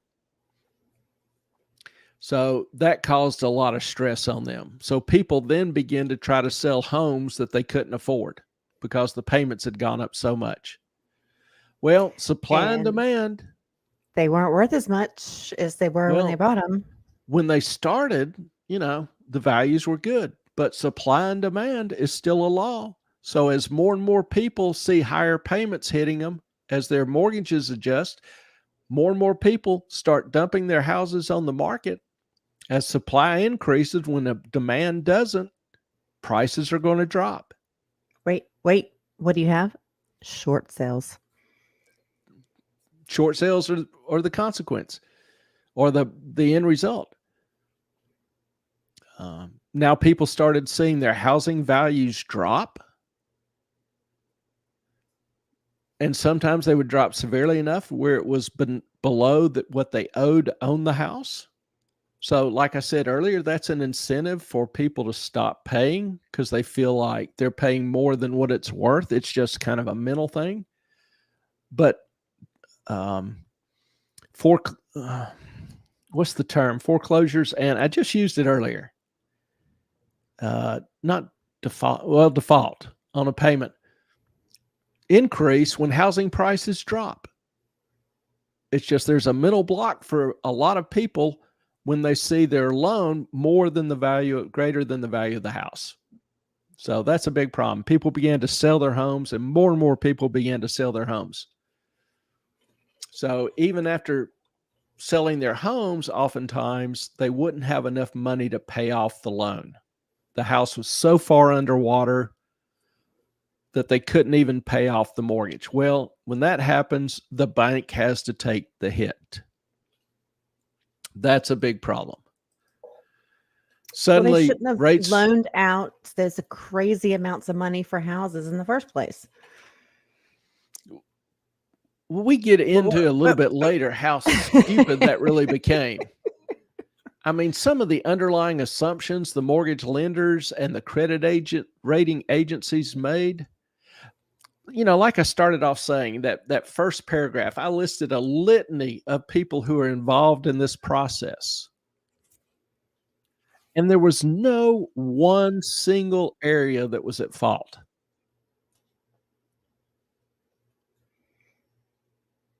And one single politician that was at fault. It was I don't think it was politics at all. I think it was just the banks just decided with the policies, I guess. Let me get you to reserve judgment till we get through this. Yes, sir. How's that? Fair enough? I will be kind and polite. Oh, you're always kind and polite. She is definitely the kind one in the group here. Not going to lie. Oh, and okay, just because I'm right here and there's a can I show that one? Lucky and Joy. I'm just joking. You're right. Yeah, no, but I mean, who has the better tan, me or Clay? I'm just saying, he doesn't like the sun much. Oh, I like being outside. I don't like laying on the beach for hours at a time getting nothing done. An hour? I requested of you yesterday because you needed to make some vitamin D. We were there for an hour. Seemed longer. We can be on like Housewives of Carolina Beach here shortly with this. Oh, no. I cracked myself up. Go ahead. Continue on. Okay. Just so many thoughts. I know, right? Keep them mostly to yourself. Yeah. Talking about borrowers, couldn't afford the higher rates, couldn't sell the house for enough to pay off the loans. When they couldn't pay back the loans, the banks lost money. And I keep saying this, but banks are not built to lose money. They cannot handle large losses. It's a hit to capital. They have to reduce their loan portfolio. They have to sell assets. If there's a number of other banks that are also in the same position, they're all dumping assets at the same time. Supply and demand is still a law. If the supply increases, demand holds constant, or even if demand reduces some, prices are going to take a hit. So if the bank's selling assets for less than what they're worth, that's a bigger loss. Yes, ma'am. Okay. I see that hand. My students don't even raise hand in class. And here you're in the same house. Well, I'm kidding. I have respect for the process. Ellen's like, you never shut up if I don't raise my hand. So. No, it's just a kind way to, hey, I have a comment, and you're gonna make me forget it with my ADHD. What the hell I was about to say, but it was something about supply and demand. I'm assuming the demand was going up because the loans were so easy to get. Oh, not a mouse, go away. He's spitting facts right now. Listen, I make my own vitamin D. I stay out 1 hour at a time, and that's all I need. Oh, non-mouse got me sidetracked. Where was I going with this? So they kept lending money to people easily, therefore the demand went up. Right? Do what now? They kept lending money easily to people, so the demand went up to buy homes because they could with the lax restrictions on getting a loan. Yes, when money was cheap, demand for houses increased. Thank you. Okay. It's like I was talking in a foreign language. I am speaking English, I think. So the fact that the banks lent out all the money to buy these houses made the prices of the houses go up, but they had to know that this could not last. Well, we'll get to that. Clay, damn it. You know, I'm just like a give me an overview of everything kind of person, and then the details. If I want to listen to them, I will. If not, I don't care. Continuing on here. I started off a few minutes ago talking about there were 4 factors. You know, first I wanted to describe credit enhancement and a little bit of background on the housing price increase. So now we're to the 4 factors. Factor 1, what caused the crisis? We have to go back to 1995 when let's go back to 1977 or 78 under Jimmy Carter. That's not even on here. Would make loans based on areas where they thought the collateral quality was better. And in areas where the collateral quality was poor, they would highlight those with a red line and not want to make loans in those areas. Well, ends up a lot of those areas were predominantly Black inner city areas. The process was called redlining. And so in 1977 or 78, I forget the year, under Jimmy Carter, the Community Reinvestment Act, CRA, was passed, which outlawed redlining and stated that banks could only make mortgages based on the individual's credit quality, ability to pay back a loan. So that eliminated redlining. Didn't really change the loan impact because most poor people couldn't qualify for, regular mortgages, conventional mortgages anyway. But move ahead to 1995. President Clinton, Henry Cisneros, who was the head of housing and urban development, Barney Frank, Nancy Pelosi, several prominent politicians wanted to increase home ownership in poor areas. So they came up with the idea of requiring banks to make loans to poor people. Now, the carrot and stick approach was that banks didn't have to make these loans, but it was going to be part of the criteria for them to merge or expand, add new branches, get regulatory approval to grow, which most banks needed. So banks began making these loans, and they became known as subprime loans that banks had never made before. Banks don't want to lend to people who can't pay you back. If you have $1 million to lend, do you want to lend it to somebody who can't pay you back? No. Probably not. Again, personalize economic theory. If you want to understand economics, don't listen to the academicians. Don't read all the complex theories or whatever. Just personalize it. And you'll come out with the right idea. Now, hang on before you continue. Yeah. We're at 9 p.m.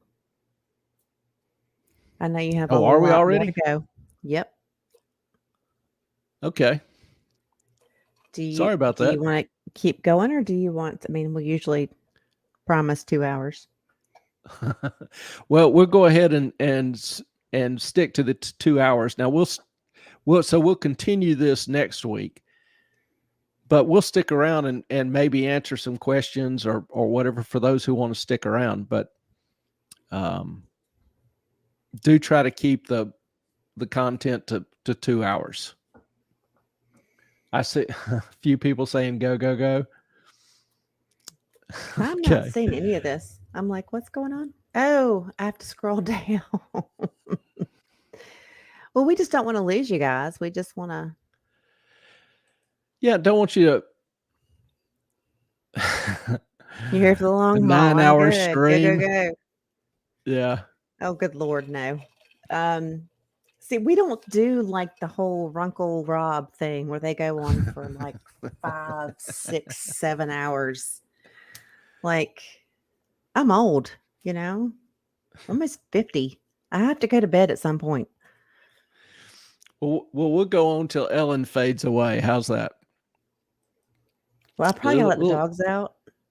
Yeah, there are 9 of us. I know an entire 9 of us, but Yeah, we got to get these rookie numbers up. So y'all need to be out recruiting for us. and share and tweet and do the things. All right. Well, let me go through this factor. All right. So in 1995, the idea was try to expand the availability of housing, which is a noble goal. So HUD, Housing and Urban Development, issued regulations forcing banks, or I should say strongly encouraging banks, to make loans to disadvantaged people, let's say. Let's use some proper terminology here.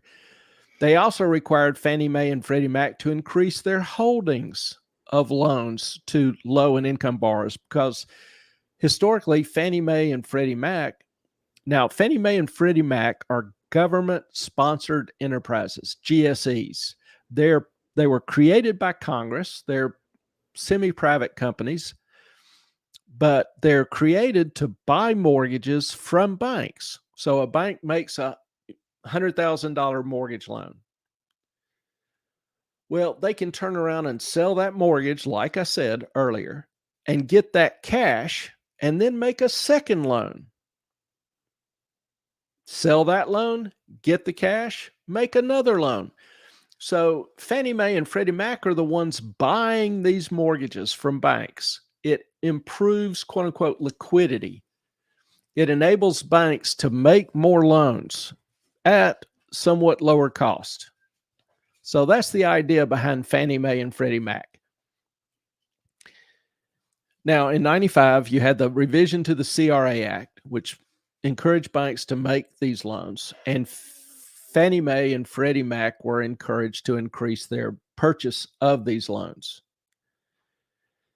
Well, it got a little bit more serious in 1999 when HUD issued regulations requiring Fannie and Freddie to accept more loans with little or no down payment.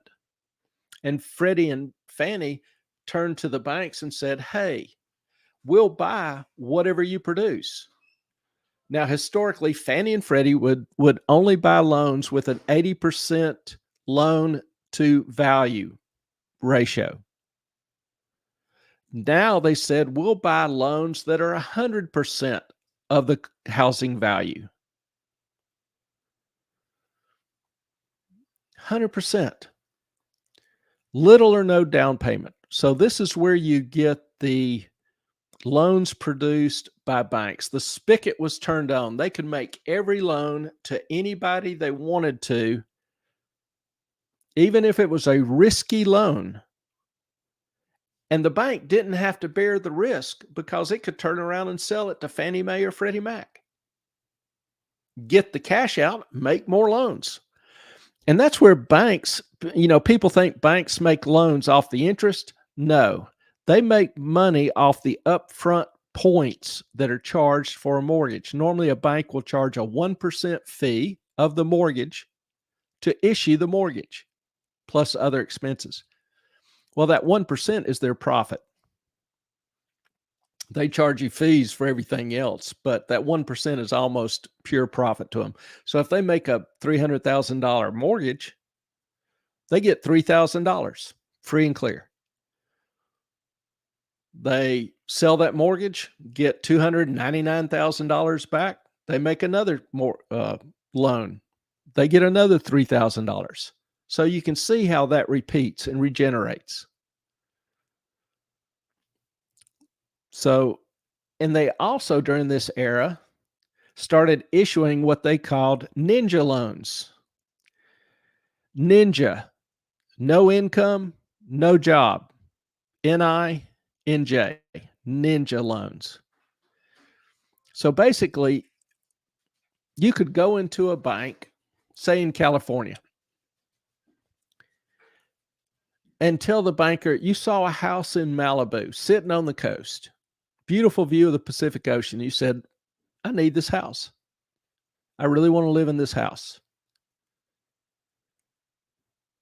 And the banker would say, okay, if you want to buy this house, you need $1 million. And the banker said, how much do you make? Well, the borrower said, how much do I need to make? And the banker goes, well, the mortgage is going to be $8,000 a month, so you need to make $32,000 a month. The guy goes, fine, no problem. That's what I make. The banker would then write it down. He didn't have to produce a tax statement, an income statement, no verification of employment, no income, no job. You didn't have to prove either one of those. The banker just took your word, and he would issue the loan. So the guy would take the $1 million, buy the house, not make payments on it for 6 months. Bank calls him up and says, hey, we need you to make payments, or else we're going to have to foreclose on the loan. And the guy says, well, let me come in, I'll talk to you. So he comes in and talks to the banker. And he says, hey, over the past 6 months, this house has appreciated in value. It's now worth $1.5 million. And the banker goes, oh, really? He says, yeah. He says, what if I want to refinance the mortgage? How much could I borrow? And the banker goes, well, we do 100% loans. You can borrow up to $1.5 million. Wait, And the guy goes, okay. isn't that what I said earlier? I don't know. What'd you say earlier? About the price of the house going up and never mind. I'll go back upstairs. Okay. So the banker goes, well, how much do you make? And the guy goes, how much do I need to make? And the banker goes, well, your payment's going to be $12,000 a month. So you need to make about $48,000 a month. The guy goes, no problem. So the banker signs the papers, gives him the $1.5 million loan, pays off the $1 million loan, and he's got $500,000 left to spend. Now, you may kind of laugh at this example and think, oh, it's a gross simplification. But it's actually what happened in a lot of these areas where housing prices were just increasing so rapidly. People would buy a house they couldn't afford, had no money, no job, no income, live in there for free, refinance it, and live off the excess cash. How do you know a housing market has gone full stupid when you see this kind of thing? It's beyond stupid. Yeah. So what encouraged this? Well, remember that opening paragraph, government regulations. Government regulations made banks start issuing loans they had never made before. And it gave them the freedom to do it under conditions and circumstances they had never done before. Second factor. Faker. Well, yeah. See, we're old. Was really? Was in 1986, ERISA passed, which really changed a lot of the regulations dealing with retirement plans.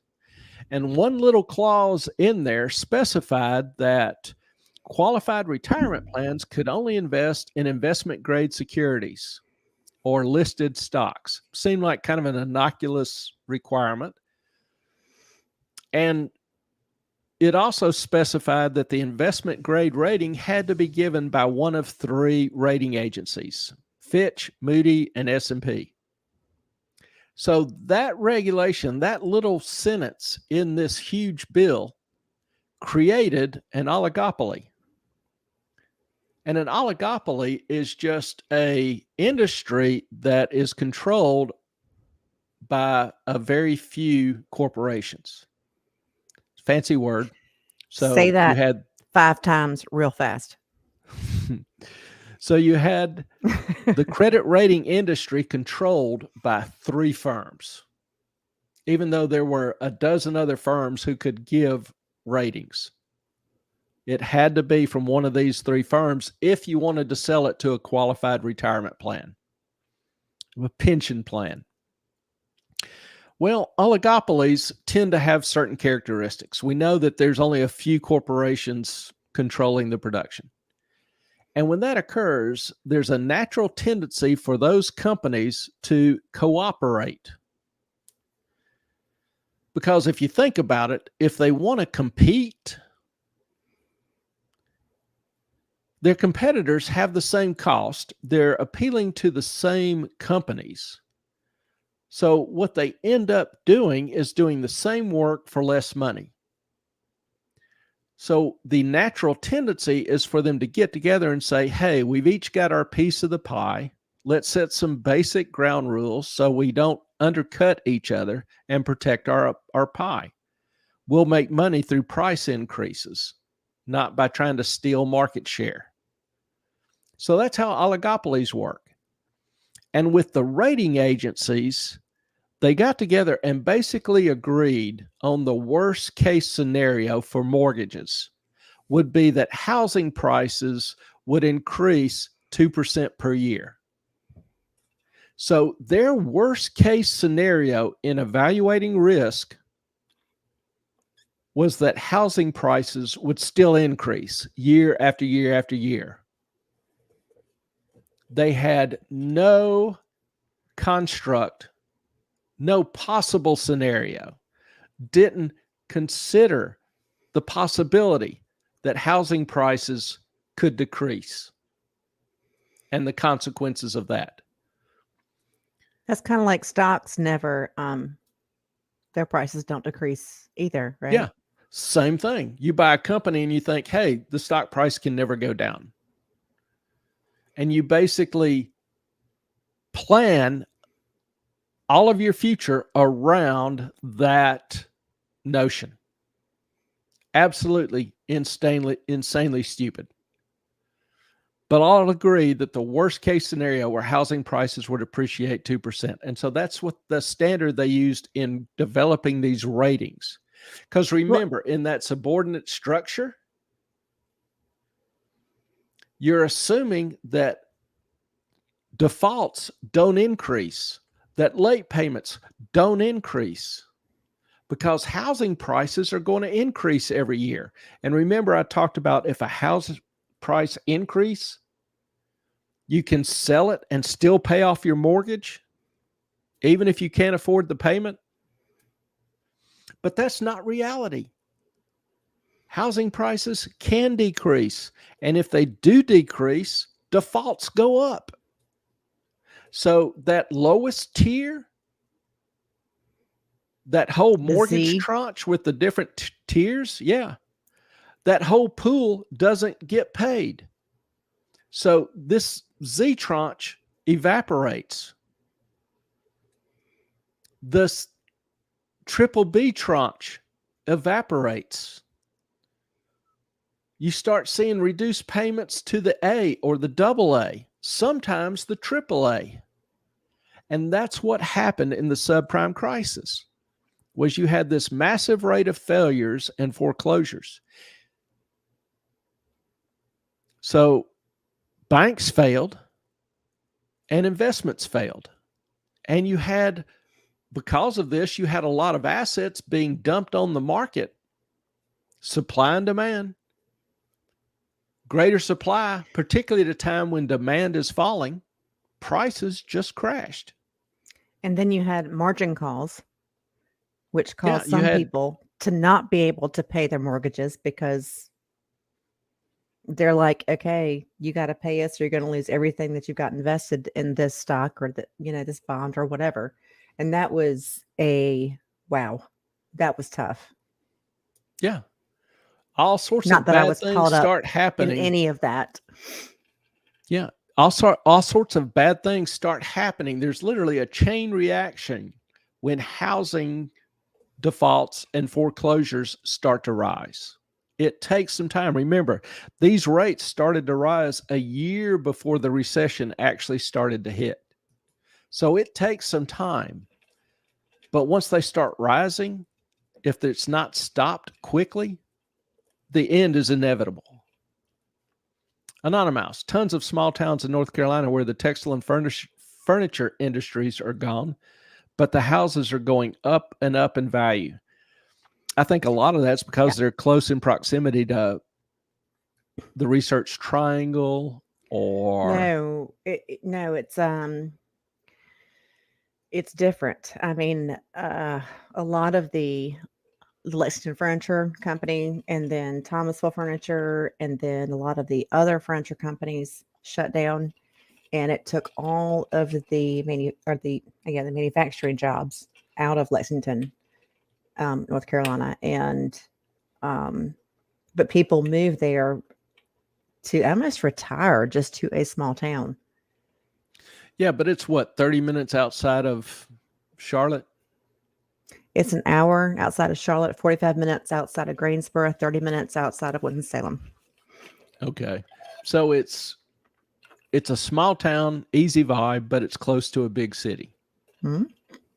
I mean, that if you're going to retire, you don't want to be too far away from major medical doctors, dentists, that kind of thing.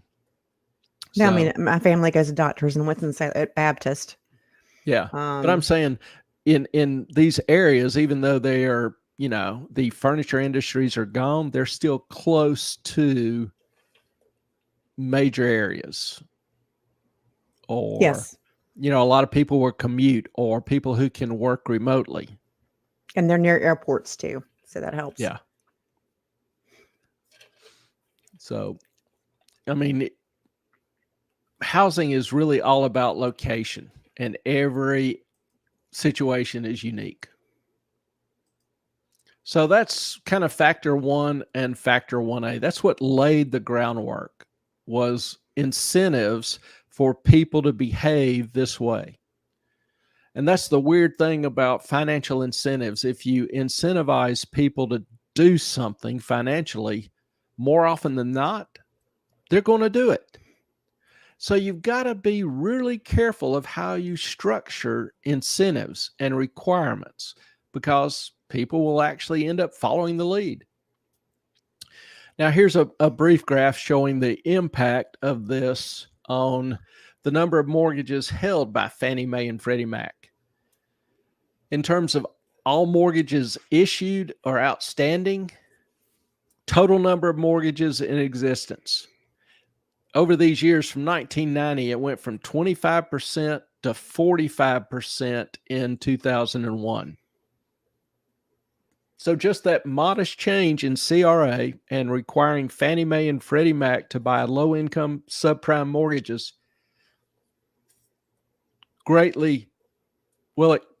it caused housing prices to blow up because demand soared for houses. And Fannie Mae and Freddie Mac absorbed that increase in production, going from, in a few short years, 10 years, from 25% to 45% of all outstanding mortgages. That's pretty huge.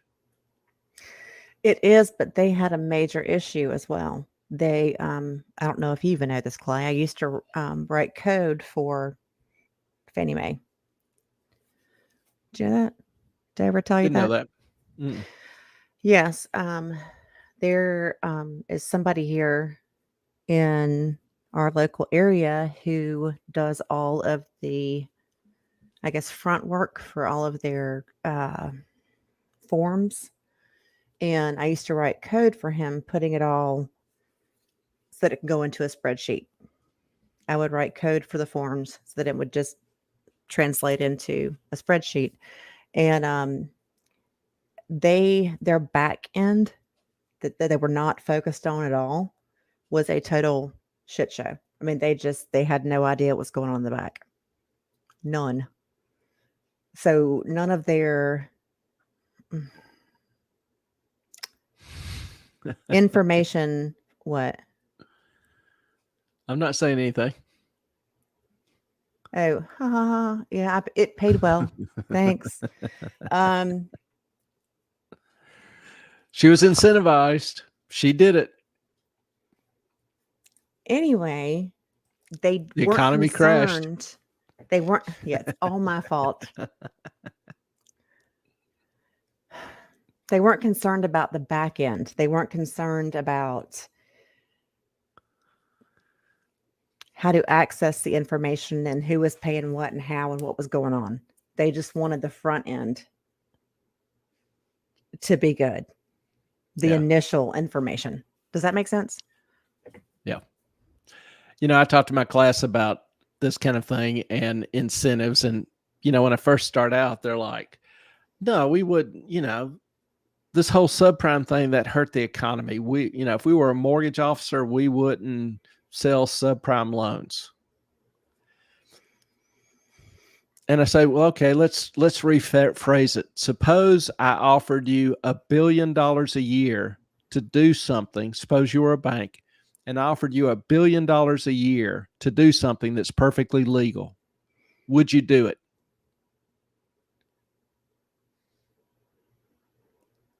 And all of a sudden, everybody is like, maybe subprime mortgages aren't that bad. If you incentivize people to do something, hey, most of them are going to do it. So most of the banks, people say, well, didn't the banks know? Didn't they understand? Banks knew they had never made these kind of loans. Banks knew they didn't want to make these kind of loans. Banks knew these kind of loans were terribly risky. Banks knew the impact and the ultimate consequence of these loans. You can't be in the lending business and not know it. They also knew they could make billions of dollars doing something that the government wanted them to do. So then why do we bail them out? Well, who encouraged it's a catch-22. Government encouraged them to do it. Should government back the consequences? Flip side is some of them had grown so big, they were too big to fail. No, as the expression came to be known. Wait. What is your rule number 2? Stupid should hurt. Oh, I agree. But I'm saying that if some of these banks had been allowed to fail, we would all be trading bearskin rugs under a tree. We're going to be doing that soon anyway, so it's okay. Yeah, that I can't argue with. But in 2009, 2010, when they were talking about the bailouts, I think they should have probably bailed out Lehman. Well, that would have saved some other consequences, but it creates a number of problems. We talked about this with long-term. Do what? Our mutual friend. I won't say his last name, but John D. I was his hairstylist, and you met him at Business Week a few times. He went to work for Lehman Brothers, and then when they got nixed, I sent him a message, and I was like, "Dude, you okay?" He was like, "Yeah, Barkley picked me up." So I was like, "All right, as long as you're good." Yeah. Sorry, but you. Okay. Tangent. I know. It's me. Sorry. Yeah, that's all right. I was having a good rant too, and I completely forgot what I was talking about. That's what I do. That is my gift. You think I'd be used to it by now. It still throws me off a little bit. But remember when we were talking about long-term capital management, I talked about that bailout started the whole idea of the government bailing out firms because they were so big. Remember, long-term capital management at the time was the largest hedge fund in the world. and people were concerned about severe repercussions of their failure. So government bailed them out. And at the time, I mentioned that it created something called moral hazard, which, if you're a chief executive of a company, hold on, KP, I'll get to your question in just a second. If you're a chief executive of a company and you know you can take greater risk that if they pay off, you'll get a bigger bonus. True. But if they end up collapsing the company, well, hell, you'll get bailed out and still keep your salary. See, that's just messed up to me. That's moral hazard. Does that make sense?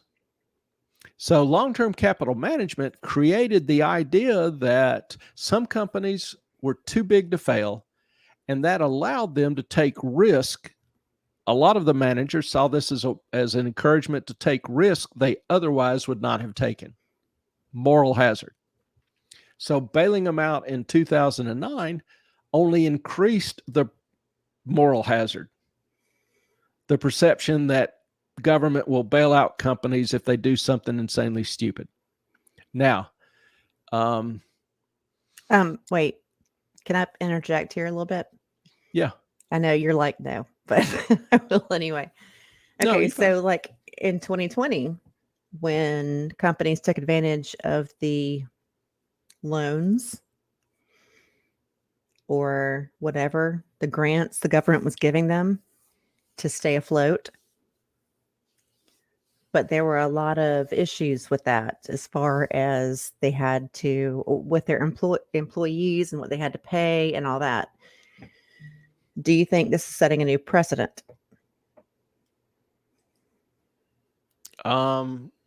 Government's just getting sloppy all over the place. I think the precedent's already been established. Fair enough. Now, KP's question, why do we bail them out and then have no mercy for homeowners? I can kind of, you're not going to like it, but I can tell you why. We bail them out because not doing so would devastate the economy.